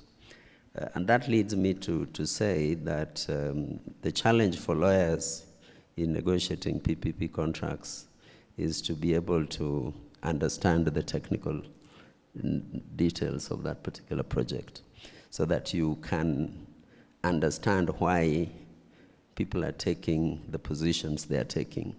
I think if I take a small detour, I can tell you that very early on when I joined University of Nairobi, many years ago as a lecturer, we were going through a process in which we were doing a curriculum review, and it was the introduction of the 844 system. And so the issue there was to introduce this thing you call clusters for purposes of deciding what subjects does somebody need to qualify for, to do well in, to be admitted to law. I can see the same debate now in the CB system where they're saying you go in this pathway or you go in that pathway. The interesting thing at the time was that many people were of the view that to be admitted to do law, you need to have done well in history, literature, and religious studies. So this is what they thought a lawyer is: history, literature, and religious studies. Now, with my insight into what PPP projects, particularly in the infrastructure, involve, I can tell you a lawyer like that would be lost, because you need an understanding of mathematics, engineering structures, all the things that you don't learn in history. So if you are put to negotiate these things, you'll be lost. If you look at American lawyers, many of them have a background in another field. Some have even PhDs in mechanical engineering before they get there, German lawyers and all of that. It is us who think, get a historian to come and be a lawyer. How can we mitigate these kinds of problems?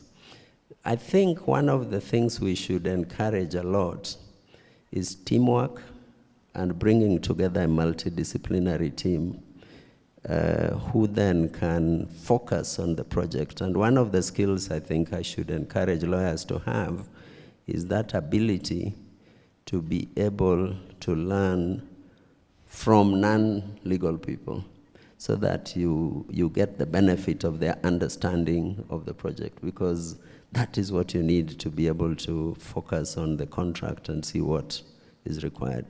And then just my final point, how can you design these things to avoid ambiguity and to, you might say, minimize the risk of potential disputes arising out of these contractual provisions. The way in which I think one can try and minimize risks arising from contractual provisions is first, of course, is good drafting, but secondly, is to give yourself what you might call safety valves, some let-out clauses, because over a 30-year period, things will change. I mean, we saw when COVID came that the world was turned upside down. And now, for the first time, people had to think, what actually happens to a 30-year PPP contract if for 2 years government has shut down the country and it was not provided for? The only thing we had was force majeure clauses, which basically said after 6 months you terminate. So now you're at risk of losing the whole project because of this event. So you give yourself let-out clauses, which then means you allow parties to sit back, negotiate some variation, to sit back, agree to, waive certain provisions, sit back, and, and these negotiations can be at multiple levels. It's always the case that, sometimes when you only have lawyers negotiating, their only guidance is the contract. When you say, if these chaps can't agree, escalate it to management level, escalate it to the Director General and his counterpart, sometimes they're able to look at the big picture and say, let's in fact not throw out the whole baby with the bathwater, because in the end, it's in the interest of both sides that we see this thing through. So it is a complex process. It's a process that requires detail, and my own view is that it's a process that requires multidisciplinary teamwork. Yeah, thank you. Thank you very much for that elaborate answer. I'll delve to effective lessons from dispute boards. Merishila, dispute boards are increasingly used in large-scale projects to resolve early and avoid escalation of these disputes. Their success entirely depends on timely activation, impartiality, stakeholder cooperation, and the authorities' experience with these mechanisms offers valuable insights. From your experiences through the cases you've handled for KeNHA and various other entities, what are some of the experiences with disputes board that you can share where this mechanism helped avoid escalation of these disputes, and what other challenges did you experience, and would you share that operationalizing this dispute effectively can be addressed? Thank you. Thank you, Ian. As I said from the beginning, we don't have a law on adjudication in Kenya. So our experiences are from how we conduct ourselves and lessons we learned from previous adjudications as well as the contracts. And it starts from the beginning. How do you appoint that adjudicator?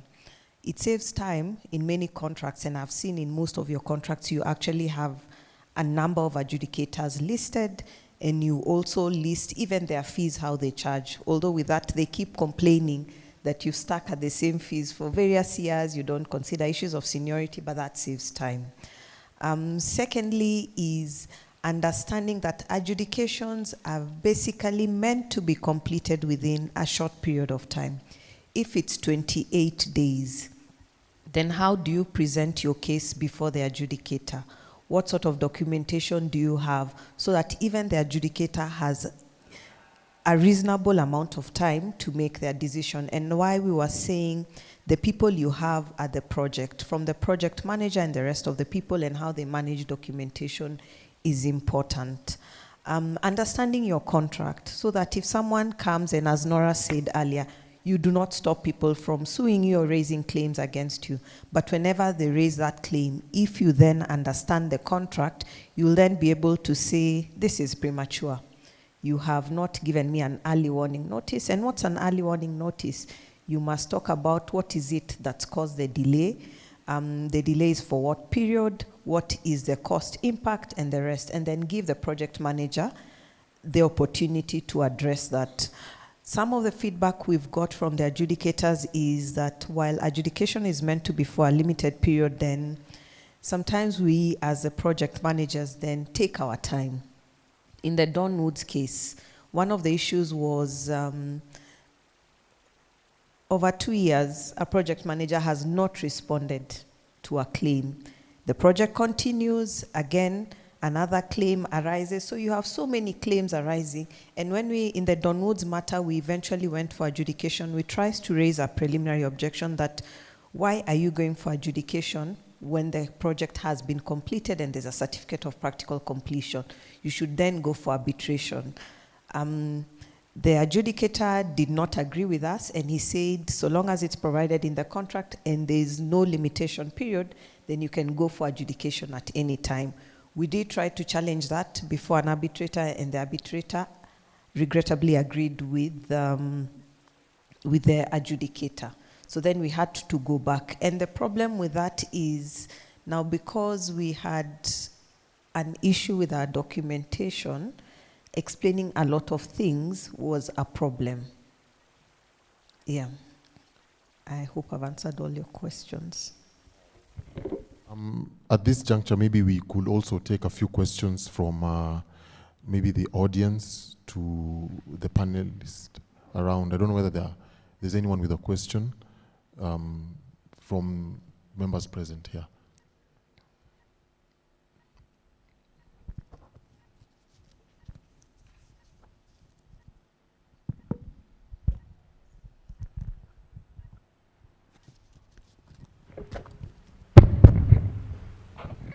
Thank you.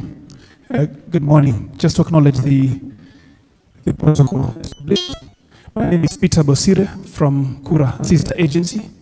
I want to first thank the panelists for tackling the questions they have tackled so far. Very relevant. Mine is not a question, just an observation. I think this is a good session. What you're saying is what is also relevant to us. It's what we encounter every day. It's some of the things that we also look for forums like this to come and discuss. We are happy again on the outlay of the forum of the panelists. We have State Law there, who have been the backbone of our defense at Kura. Mr. Wanyama, if my colleague from Kera was here, we would have asked to meet you out, Mundu Mundu. Have you represented the Council of Governors and stayed our budget? But that is the law. Yes. In this knowledge sharing forum, I think one of the things that I can share here as part of the knowledge, as part of something that has come to us, which would help also the panelists and many of the council here handling matters for the authorities, is also bringing in other agencies, government agencies. We have cases at a point where we have brought in water management resources and NEMA. They have helped us articulate those environment and water-related issues that have also tipped the scale to our side, in addition to us defending the road reserve.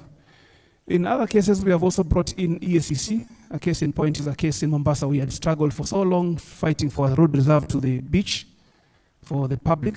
When the EACC came in, even the court stood up, and all of a sudden impetus came up, and we eventually had success. And together with the EACC, we went and demolished our hotel. Recently in Eldoret, we have another matter where, again, records went missing at lands. We again tipped the EACC. They joined formally, and with their presence, they themselves were able to obtain those documents, and the cases have also tipped to our favor. That one is ongoing, but at least it looks like it's something that we can all share and learn. So with that, asanteni na karibuni. Thank you very much, Bosiri, for those remarks. There was a question to my left. Okay.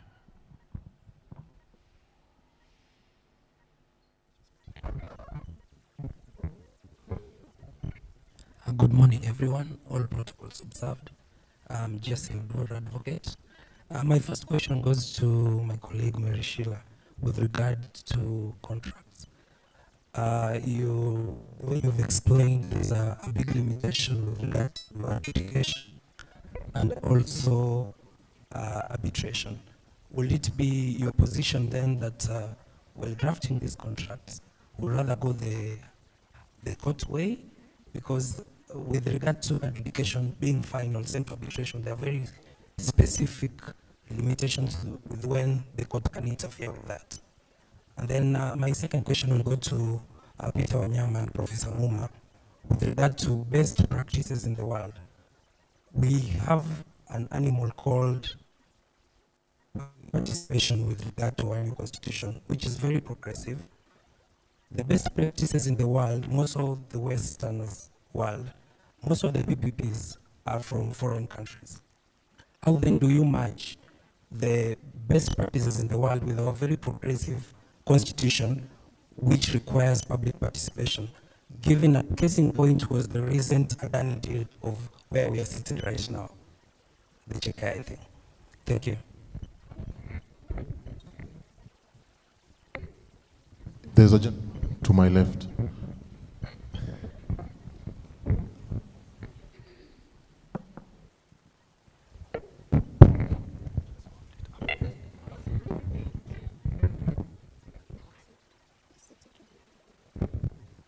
Yes, good morning. My name is Honorable Jenny Kemuto Charo. I work in the High Courts. I represent the Registrar High Court who was supposed to be here, but she's busy elsewhere. I'm a deputy registrar. What maybe I could give from the side of the court is like when you have not prepared your technical person, you prepare them by telling them there, when you're in court, that advocate who is asking you questions does not know what you know. That judge who is sitting there does not know what you know. So if you prepare them, when they come to court, they will present as professionals. They know that I occupy the space. Preparation.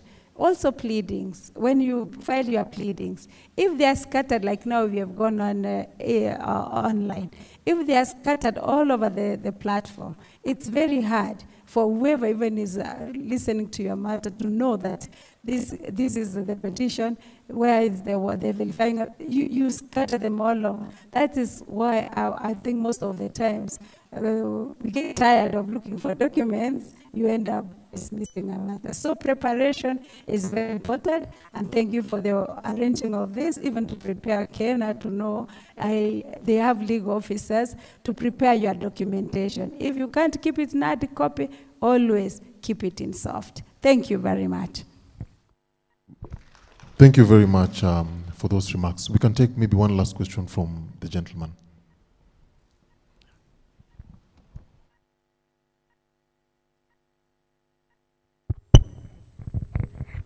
Good morning. Ligunya Stephen is my name.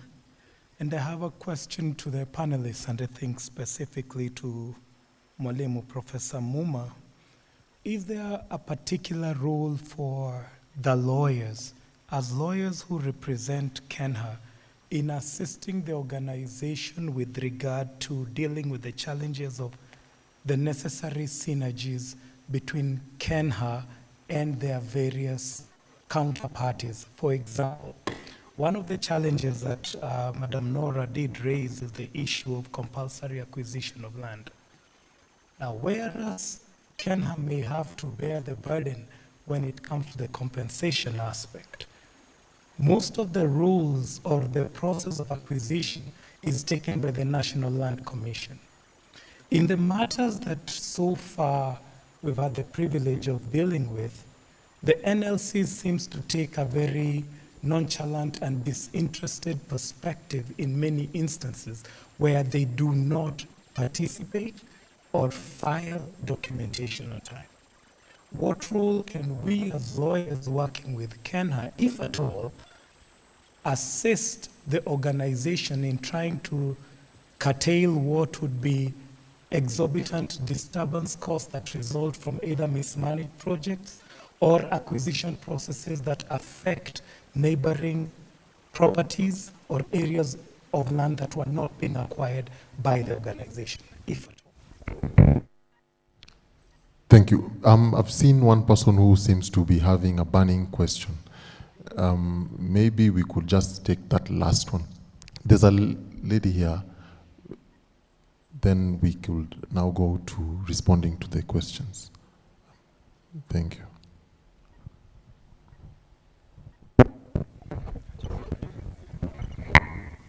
Thank you, Ian. And first of all, thank you for everyone who organized this. This has been very insightful. My name is Nancy Karanu. I am an external lawyer for KeNHA. Now, for me, it's not a question, it's an observation. And my observation in my line of duty has been never to make any assumptions. I have seen a situation where just by going down as to the mandate of KeNHA breaks it down, where the court ultimately will realize that KeNHA, or the authority, was not a necessary party by you trying and breaking it down of what the mandate of KeNHA has been. So for me, and I think what has been said here before, just working with the other teams, we focus so much with the legal team, but we cannot work alone. The other supporting, the surveyors, the valuers, every other party becomes very critical in analyzing and giving us good pleadings. Very much, Wakili. Maybe we could now respond to the question, starting with the professor. Thank you.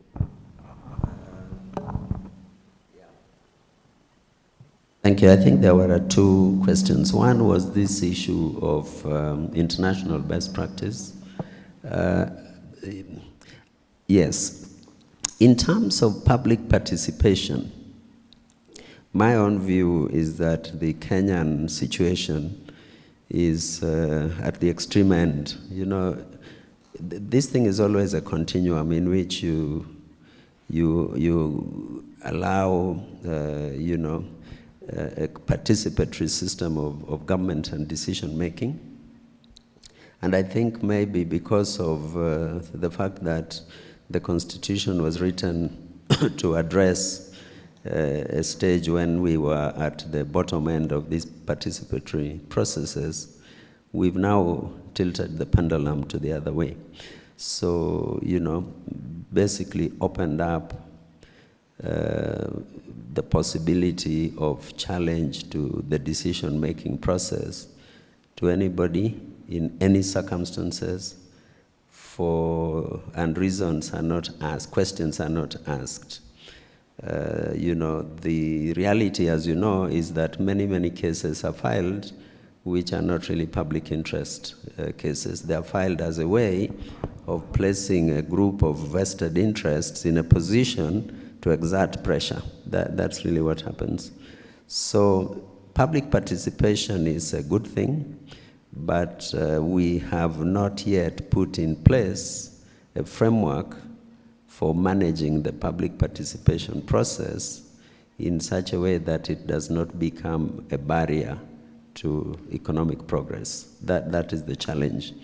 The difficulty is such that I did hear maybe a year ago that there was some, you know, initiative to enact a law on public participation.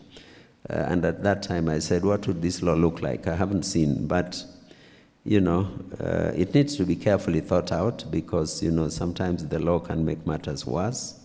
The judiciary has not yet, in my view, given us a framework for sifting between public interest litigation and bad faith litigation dressed up as public interest litigation. So even when you consult, you don't know whether it will help because, I mean, we had a case in which the very fact that Ken has said to people, we want to consult you on a draft road tolling policy, that's what triggered them to go to court and get an order saying you can't proceed with that process. So you don't know whether to tell them you want to consult them or whether to do the policy and surprise them with this. because either approach will land you into a court case. And so we do have that problem right now, and it requires to be addressed. In terms of the second issue, which is how do you create synergy between various governmental agencies? Unfortunately, in our legal setup today, we've fallen between two stools, if you know what I mean, in the sense that the law has developed in a direction that leaves us with the worst of both worlds. Statute has defined mandates of organizations. And so each government agency has a mandate, and therefore there is a tendency now to say that this is your mandate, that is the other person's mandate. And what's often forgotten is that this is a governmental project. So I'll give you an example. We come across many situations where an unhappy project-affected person says, my land is being acquired, but the compensation amount is inadequate. And then, you know, they're challenging KeNHA and wanting KeNHA to pay more. KeNHA says, it's not us who did the valuation, it is NLC. So NLC doesn't come to defend its valuation report, okay? And the courts are then saying, you know, we are not interested in bringing NLC here. Whoever comes, comes. Whoever doesn't come, doesn't come. So what litigants have now chosen to do is to sue everybody and call them all respondents, and finally somewhere in there, judgment will be given because, you know, who knows who will fail to defend their case. So in many ways, what I think should be done in the interim, because, you know, resolving this problem is a long-term issue, is to fall back to informal networks, by which I mean, if it's NLC you need, I think as an advocate, you call up the NLC lawyers that you know, and you say, NLC, you must turn up. And we've done that many times. We call them, we press them to come. Sometimes 3/4 into the hearing, somebody runs in and says, I'm here for NLC. Have you filed anything? I've not filed anything. I'll file next time. Next time, they don't come. 3/4 into the hearing, they come. Have you filed since last time? I've not filed. And so on it goes. So it is a problem. Informal networks is the only way that I can imagine now which one can use to try and at least improve the situation. Because even if you write formal letters, rarely do you get a response. So government is not yet working in harmony. Government tends to work in silos, and the cost to government of this approach is enormous. That's what I can say. Thanks. Thank you very much. Mary Sheila, there was a question addressed to you. I think the question for me was whether we should go back to court instead of dealing with our disputes in adjudication and arbitration. I don't think so. I think we are sharing our experiences, both good and bad, but it doesn't mean that adjudication and arbitrations do not work. We are sharing the experiences so that we can make our experiences better and then build on it. In as much as we don't have a law, even South Africa does not have a law. The UK has a law, but that has not stopped us from having adjudications. Arbitration, our act, yes, has been amended, but how many times? But arbitrations are still effective. So it's an issue of, with the law as is, how do we make it work? Thank you.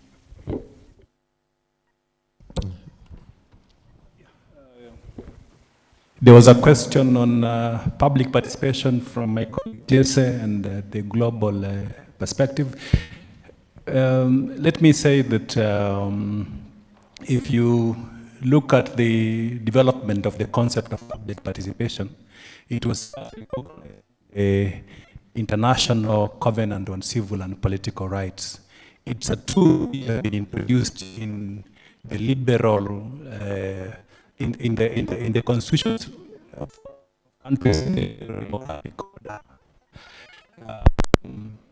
Our constitution as well is a requirement on public participation. We borrowed the concept of public participation from the South African Constitution. In fact, if you analyze the South African Constitution and our Constitution, you'll find that they are very similar clauses. And again, from the global community, you will see issues on public participation in the Indian Constitution. Now, public participation itself has been introduced in Article 10 as a fundamental national value and the principle of governance. And now courts have said, all the way from 2013, that public participation is binding. Failure to do public participation on any governmental activity is a problem. I remember at some point I defended an institution that had lost 27 petitions on public participation. That was 2013. And then in 2017, a public institution had invested 2.7 billion on a project on land. And what happened is that a petitioner went to court and said, how did you acquire this land? You purchased this land without public participation. Yet the county government, the public entity, had invested 2.7 billion of taxpayers' money in that land. And a judge of the High Court declared that whole transaction to be unconstitutional because public participation was not done. And the risk is that then the institution had to lose the entire 2.7 billion because the court said they returned back the money and the land. So public participation, of course, it's a case that we later settled in the Court of Appeal. It was a difficult case, but we settled in the Court of Appeal through some strategic mediation, and we got the judgment set aside. You know what I mean when I talk about strategic mediation. Sometimes it's a tool you help to resolve difficulties if your client has made a mistake. So the jurisprudence on public participation, whereas there's no legal framework to govern public participation, what we have now, I think, is a policy. There's a policy on public participation. It shall be either in the Attorney General's office. I don't know whether it's been approved by the cabinet, but we don't have a legal framework to guide the mechanics on public participation. So that public participation is a convenient tool for any litigant. In fact, 90% of the petitions which are filed in courts throughout the Republic always complain about lack of public participation. So that if, as a petitioner, you don't have any other grievance and you want to make some money by filing a public interest case, because remember, public interest cases, some of them file for monetary purposes. So if you want to make some money, you will threaten the respondent, a public entity, and say, you have not done public participation. I am going to court to challenge your activity. So the jurisprudence of public participation from our courts, there is a law. The law now is the jurisprudence from our courts. From 2013 to 2023, the jurisprudence from the court is that public participation ought to be meaningful and qualitative. Initially, we will get away. We used to advise public agencies that if you do public participation, you know, most of these people will just come into a room, ensure they sign the minutes, and then give us the minutes of the attendees. That should be enough for us to say that you did public participation. Some judges will say, no. You cannot do public participation like that. It must be meaningful and qualitative. People must be consulted. We need to know what they are saying about your project. So that at some point, the Court of Appeal introduced in the Finance Act a very controversial jurisprudence on public participation. What did the Court of Appeal say? Court of Appeal say that is, we want to see how did you consider the input of the stakeholders. A very onerous threshold on public participation that you must justify how you manage the opinion of all these people. You can't just receive comments from the public and then you do a report and say, we did public participation. Show us how you considered their opinion. So that was a very problematic test on public participation. It really meant that as a public entity, you can't move because remember that most of the persons who come to public participation forum, some of them come because maybe you have an incentive, 500 shillings for them to attend the event, maybe there is tea. to be served. Some of them will want to come and take the tea. Others will come to the forum to disrupt, especially from civil society. They will not see anything good that you are doing. So, and they are the ones who usually go to court. So if you are now required to say how you justified the opposing opinion from the civil society, then it is virtually impossible. You can't implement any government project. So lucky for us is that the Supreme Court now has, in a binding decision in the Finance Act, somehow reduced that onerous and threshold on public participation. It remains that it ought to be meaningful and qualitative. That aspect of justification of the views from the stakeholders was removed by the Supreme Court. But still, it remains a major instrument to challenge decisions of governmental activities. And because of the various because of the jurisprudence that any judge can hear, a judge of the ELRC, a judge of the ELC, a judge of the High Court, anyone can hear a question concerning the interpretation of the Constitution.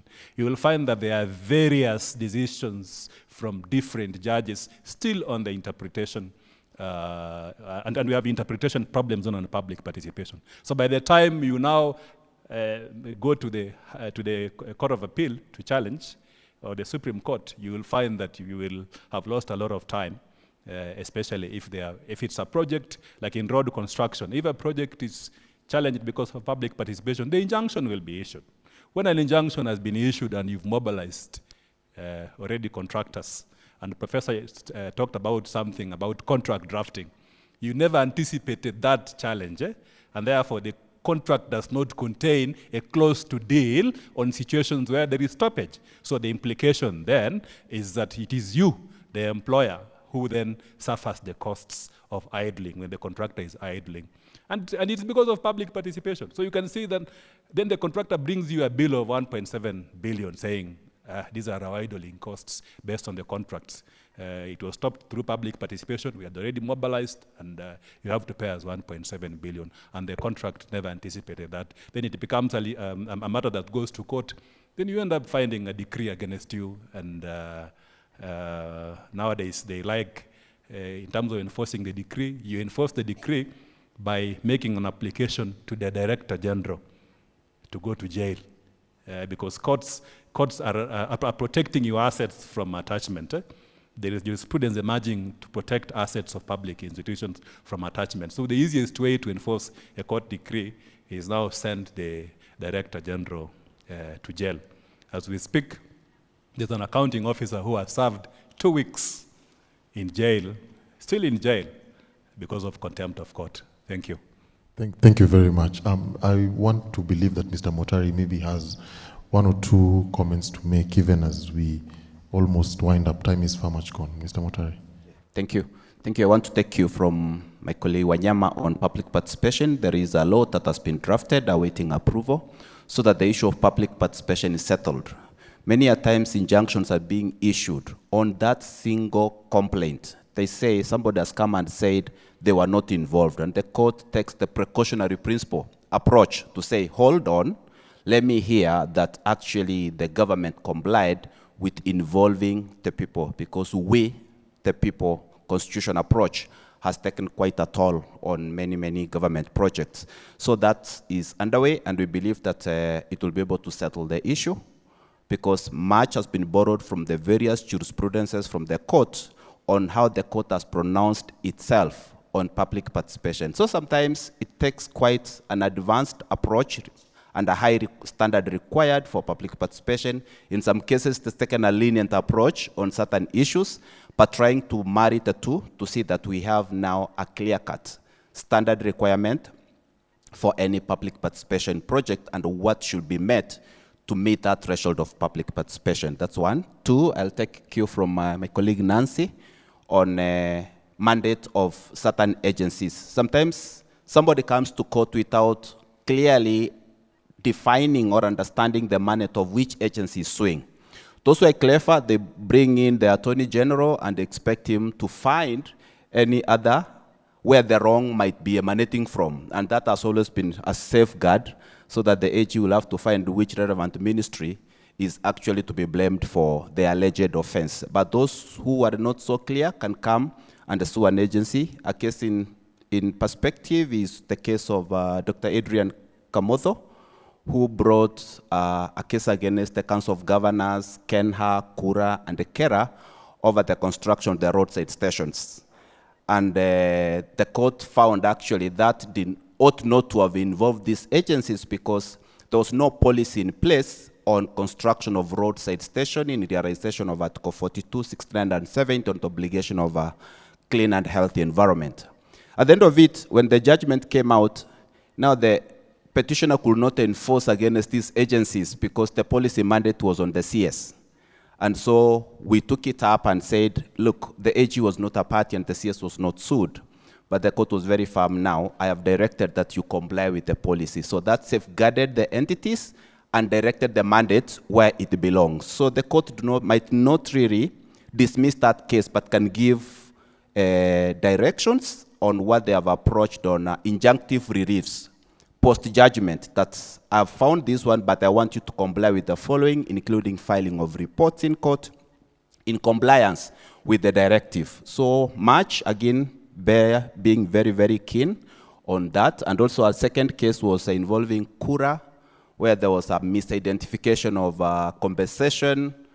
The land that was being acquired had been subdivided and the people were paid as the one who had sold.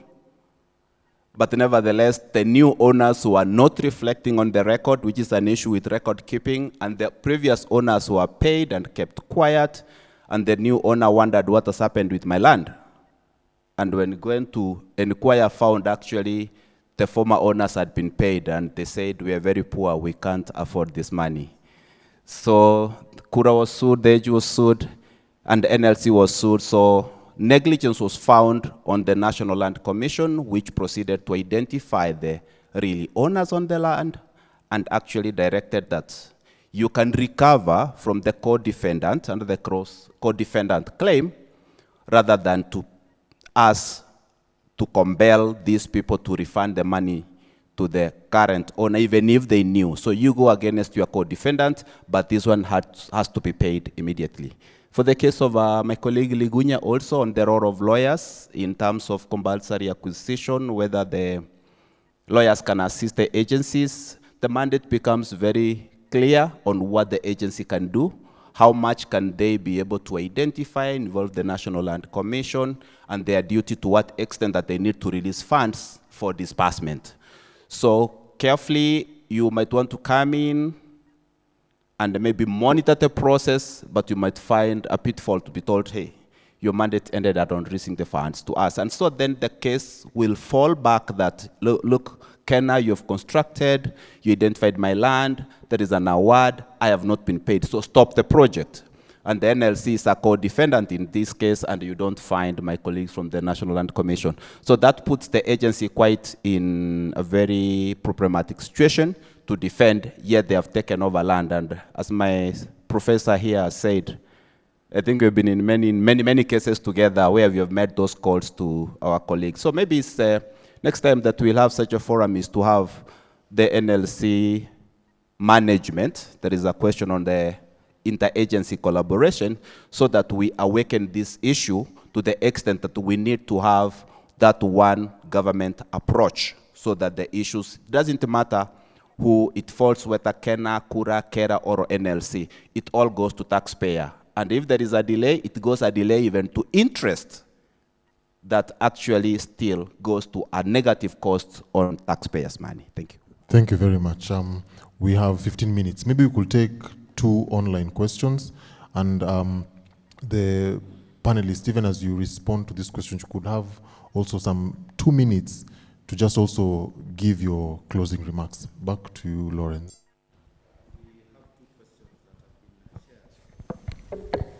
We have 2 questions that have been shared by our colleagues who are joining us virtually. And one of the questions is, how do we ensure attendance of NLC in court cases so that we don't end up with outrageous court awards? The second question that has been asked by our colleagues who are appearing virtually is, how do we ensure that parcels that have been created illegally on the road reserve are cancelled and the register rectified with the involvement of the relevant stakeholders and agencies. Thank you. Thank you. Maybe we start with our senior-most professor. Thank you, thank you. I think that, NLC, I personally believe that the decision that was made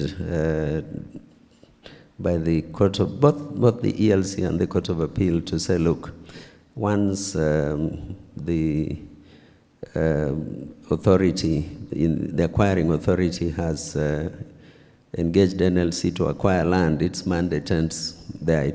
With the payment of money to NLC, its mandate ends there, is a wrong one. And I'm hoping that one day it can be relooked at. The reason is simply as follows, that there are many, many cases where after the award, there is a dispute.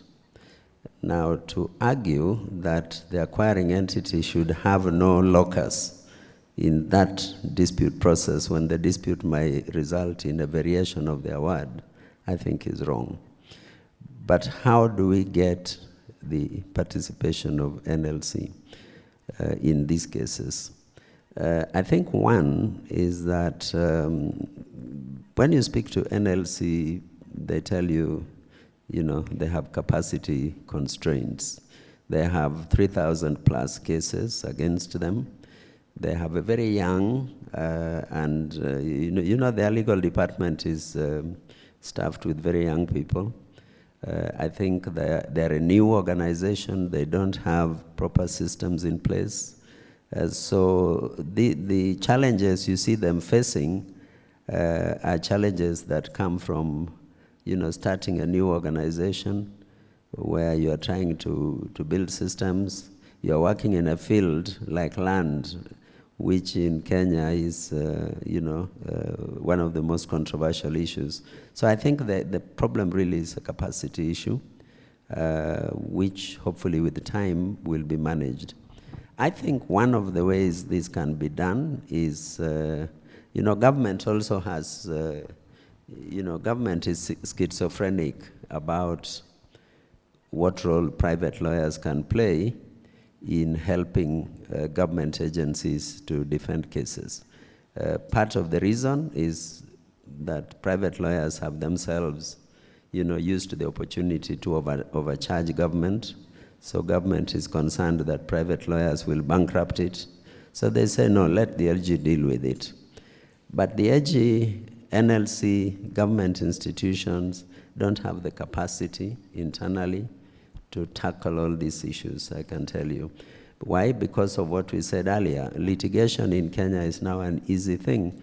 Courts have made it worse by adopting a general principle that as long as you can label yours public interest, you'll walk away without paying costs. So now anybody sues, knowing they'll never pay costs. So state agencies alone will never manage this. So to me, one of the things that government should take up as a priority policy issue is to develop a structured framework on how to engage private lawyers to support government agencies in dealing with these cases. That structured framework must address the big issue of fees, because I know, government is concerned that private lawyers will bankrupt these state agencies. And there are many examples where that is happening. So it must address fees, but they need a structured framework. The involvement of private lawyers in supporting government agencies to deal with these issues is similar to the policy we have on road construction. I mean, there is no government policy that says all roadworks must be built by the road agencies. It's known and accepted that private contractors will come and build the roads. What you have is a framework for managing that process. I think, to me, the answer would be to develop such a framework for engaging private lawyers to help government deal with these issues, so that you manage fees, but you also manage the quality of input. That, to me, would be the biggest, so that NLC would then be able to multiply its capacity 10 times in a short period of time. That would be the biggest thing. The second issue, I think, requires, again, some internal thinking in government, which may lead to a change in law. The idea that NLC's role is just to write letters to the acquiring entity to say, pay up, we've got an award of 100 million shillings, send us the check. This cannot be, because then they have, you know, in the PPP space, they always say you must have some skin in the game, which means you must have something to lose so that you have an incentive to defend. NLC at the moment doesn't have something to lose.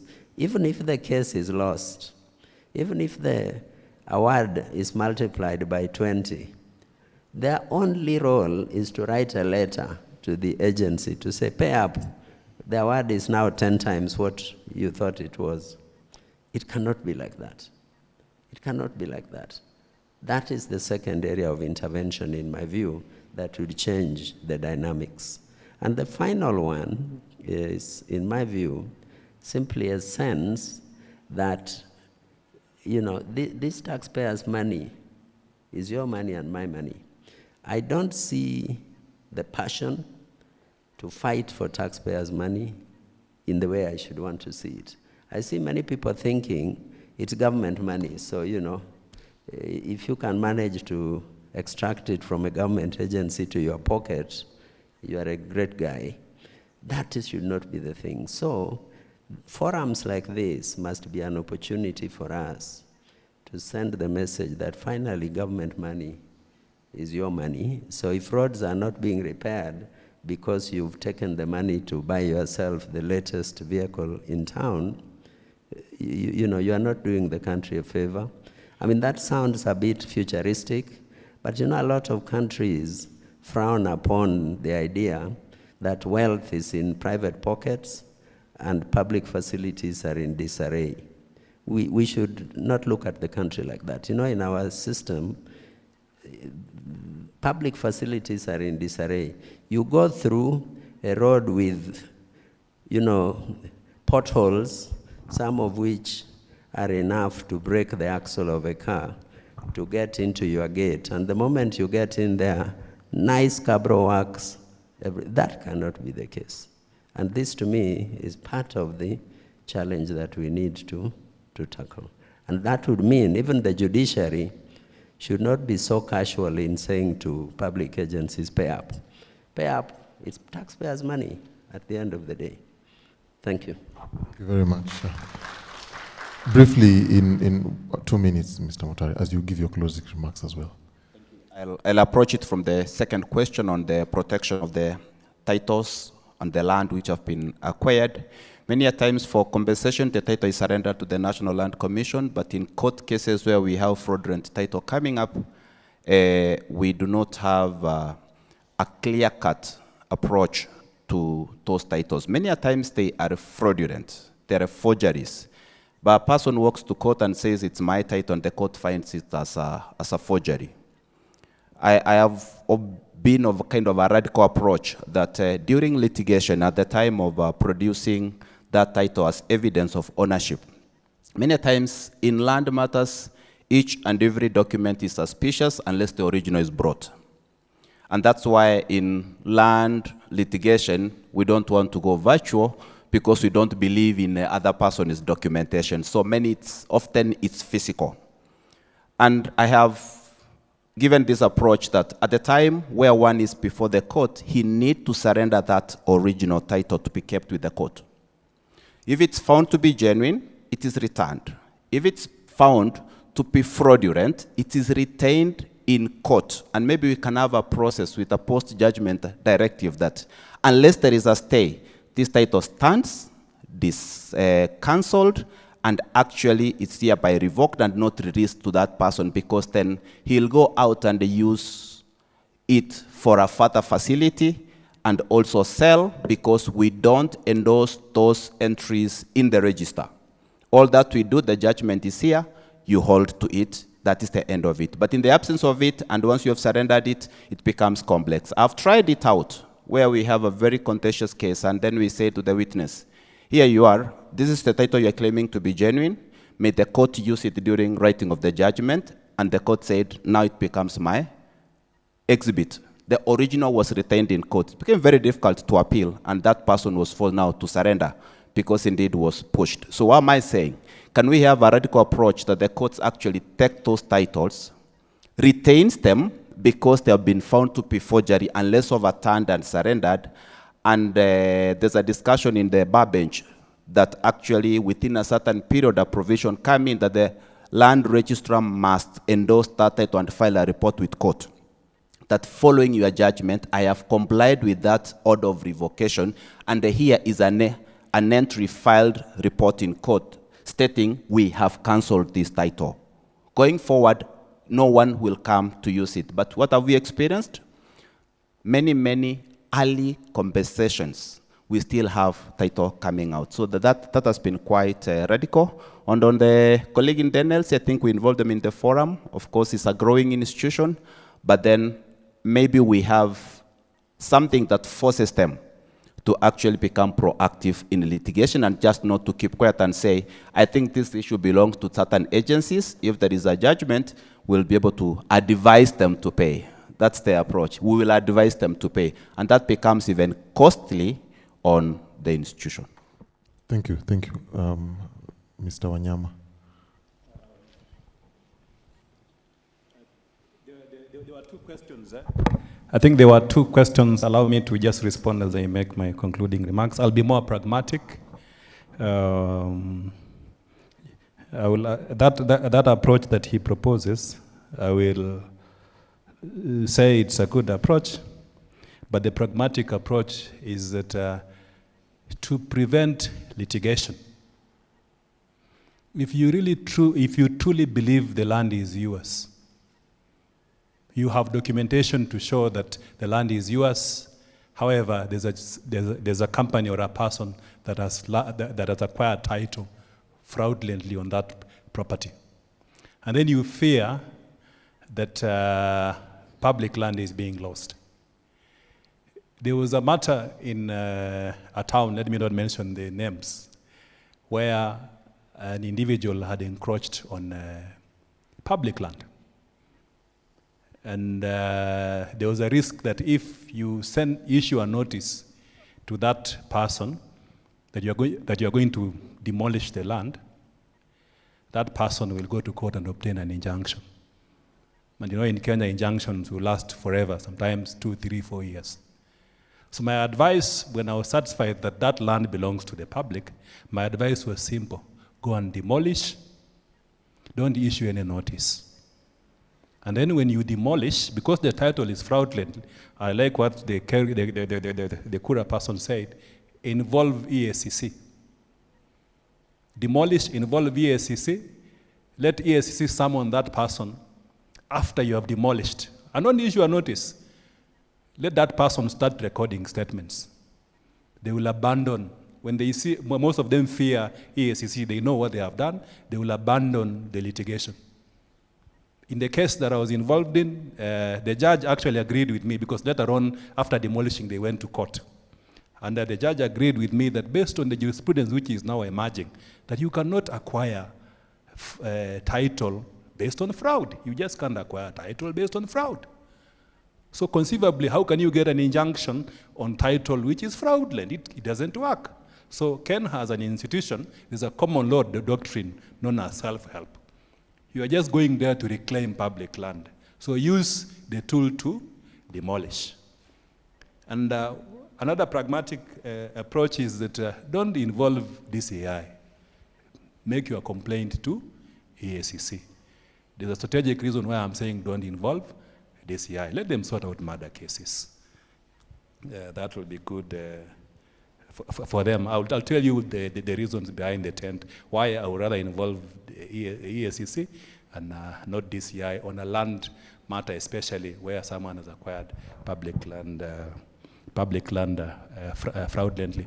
Otherwise, in terms of the concluding remarks, I am grateful to have come here. I've also learned quite a lot from this session, and we hope that going forward, when we are given cases, we shall not lose them. we need to put all our efforts together to ensure that we are part and parcel of the legal risk adaptation strategy which the legal department implements throughout. We need to have a more consultative approach, work closely with the client, interact more so that the quality of documentation that we file as lawyers in court for the institution are documents which meet the legal threshold in court. And the objective is only one.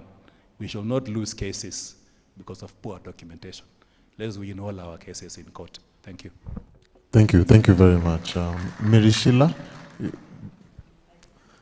Has been said by my colleagues, so I do not want to repeat myself, but to thank the KeNHA team for the opportunity. Indeed, I have also learned. I look forward to more engagements. Thank you. Thank you very much, Mary Sheila. Thank you. We can give a proper hand clap to the panelists. Thank you. Thank you very much for your comprehensive responses, and this has been a very interactive engagement. We have all, I believe, learned a lot. At this point, I would like to request you to kindly take your seats. Thank you very much. And as we give them a hand clap, and invite Victoria to take it up from here. Thank you very much. Continue clapping until our panelists are down. Asanteni sana. Thank you, thank you. Thank you very much. And so we have had the honor of being taught by the learned friends. And one thing I got is that when I go to court, I am an expert.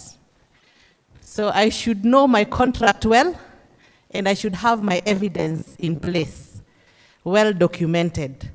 I guess we have all learned something, and now it's my honor to invite Director Maintenance to come and invite the DG for the closing remarks. Karibu, Director.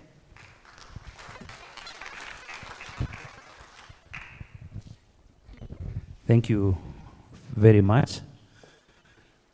For our guests, my name is Engineer Daniel Cherono. I run the maintenance unit as a director. And it has been quite an engaging session. I think I have had a chance to work with Professor on some case, and also hearing perspective from the different legal experts. And I can say these are the best that we have. What I know about all these cases is we know them from when they are born. We are the ones who create these cases as public servants. Whenever we go out, I was whispering to DG that yesterday Monday we sent out a notice on the PPP, the expressway going down to Mau Summit. And I'm sure the public are already thinking about cases around this. We hope there won't be any.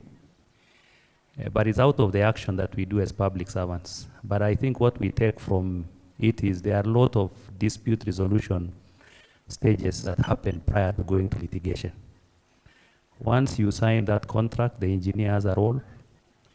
And I think the only thing we tell the engineers to do when they are still having those documents on site is please talk.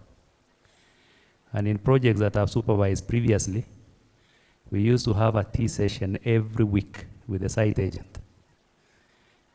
Even when there were no issues, we have a cup of tea. And we record that there were no problems which were discussed. If there were delays in issuing communication, we deal at it at that stage. Now, beyond the engineer, we also have adjudicators who come on board on the contract as independent observers to the contract, and they help us to adjudicate and review dispute at that stage. Now, the role of the engineer moves from the decision that he has made, from a determination that he has made, and the adjudicator finally makes a determination on whatever the dispute was between the engineer and the contractor. And even when they don't agree, we still have the stage at arbitration. And when you get to arbitration, and I think one of the legal experts did indicate clearly that it is a final. It's a finality. That's when it becomes final. But the biggest problem is the engineer now turns from person who makes a decision to be a witness. And I think I have been in that very uncomfortable stage, having to defend my actions and inactions, which I didn't do during the previous stage when I had a chance to deal with the issue. And finally, it ends up in arbitration, in litigation, And when we invite this, and when you get to litigation, it becomes something else. There are 1,000 cases which Ken has done over the years. I was just running numbers in my mind, and probably there could have been a few more kilometers of road in this country had we noted these cases. Thank you very much. It's my honor now to invite the Director General to close the session.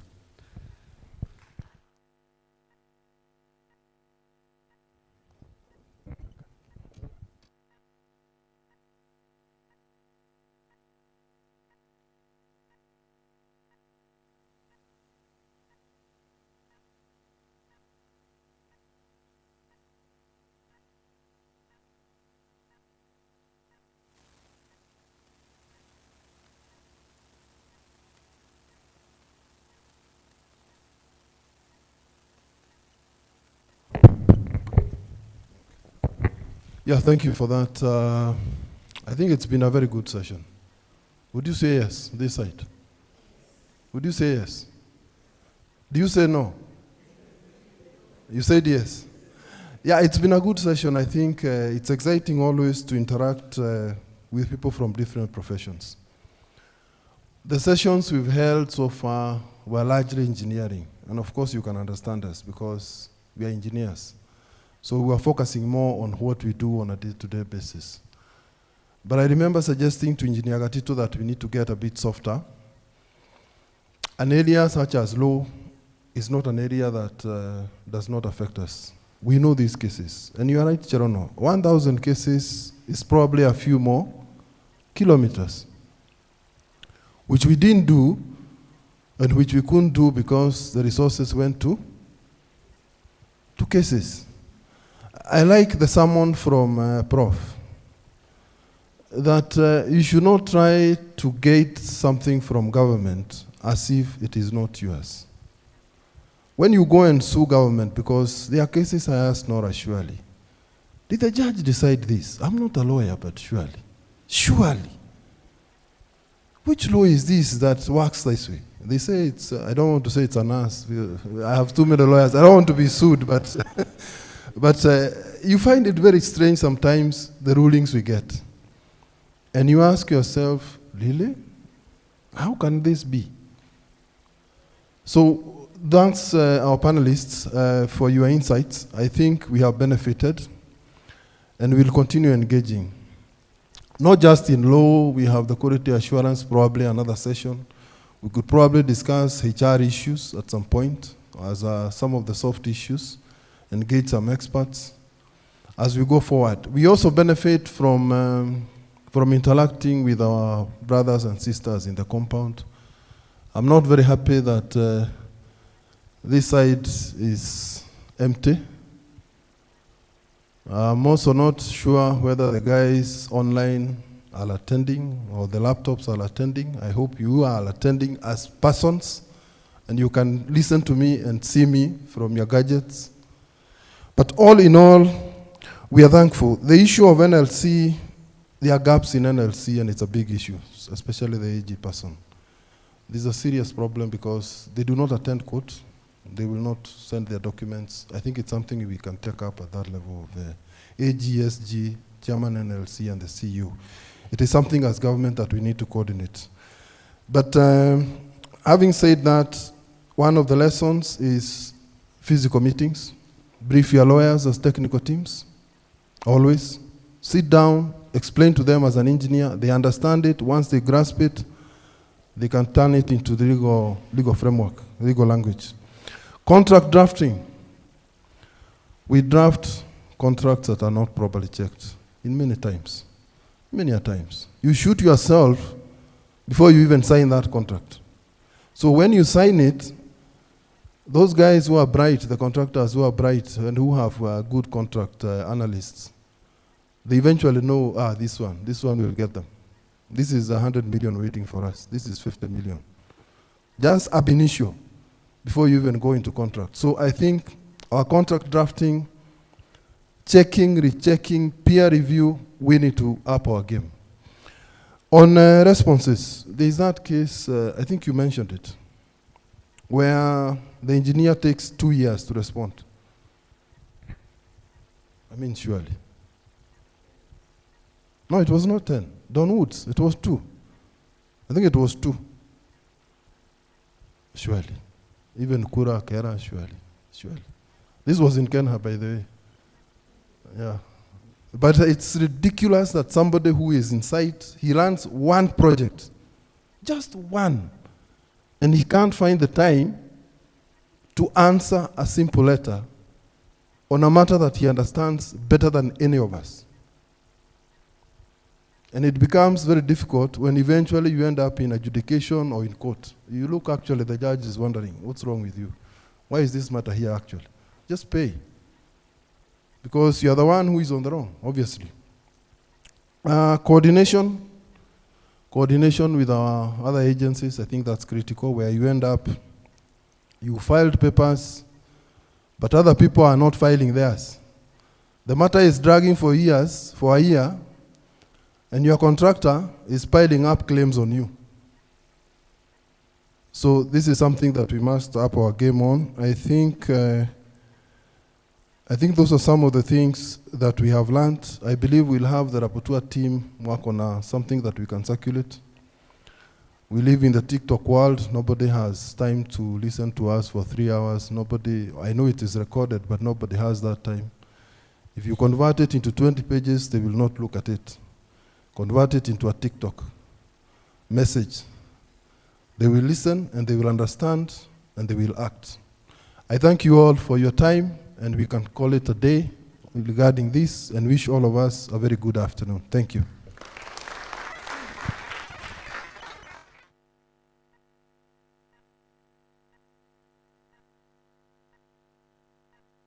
Thank you, DG. I'll just give a vote of thanks, and then we will call it a day. I'd start by thanking our board member, Madam. Thank you very much for coming and staying on and for your insights. Thank you, DG, for coming in person and staying on, and also for encouraging us to continue holding these sessions. Many times we have wondered whether we should continue. Thank you, Director, Maintenance, Director, PRC, and all management present. Our colleagues from MTRD, it's good to see you. Thank you for coming. Our colleagues from Kura, thank you very much. I don't know if there's anyone from Kera. If there isn't, we also extended our invitation. Yes, thank you very much for coming. The legal teams here, I know the legal department invited people from different areas. Legal teams, not from our panels or from KeNHA, if you're here, just let us know you're here. We'd like to appreciate you. Thank you very much, thank you. And for the rest of us, KeNHA staff, we appreciate your presence here. We appreciate your participation, physically and virtually. Those online, asanteni sana, as DG is saying, we hope you are there and not the computers, and that you have picked 1 or 2 lessons.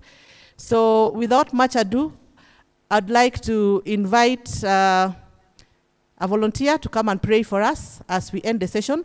We have lunch served for all of us. So after this, we invite you for lunch. Yes, as we end the session. Someone coming for prayer? Okay, let me pray. Our Lord and our God, we are very grateful for the session that we have had. Thank you very much for the interactions that we have had, for the lessons that we have learned from each other. Thank you for the panelists who have spent their time to come and interact with us and even give us the insights from the various experiences that they have had. We want to thank you for the legal department that has organized this, and we want to thank you for the rest of KeNHA. We pray, Lord, that you may continue helping us to be diligent in our work, that we may even be able to reduce the cases that we have from the authority as we conserve the little taxpayers' money that you have entrusted in our hands. We also thank you for the meal before us. We pray that you bless it and sanctify. In Jesus' name we pray. Thank you very much and have a good afternoon.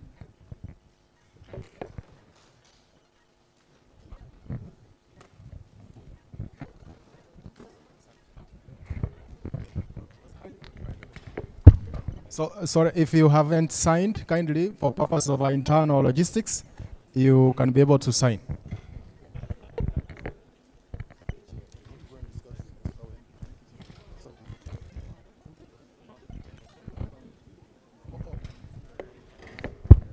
Sorry, there was a photo session for the team. Please announce. Sorry, DG. Sorry, we have a photo session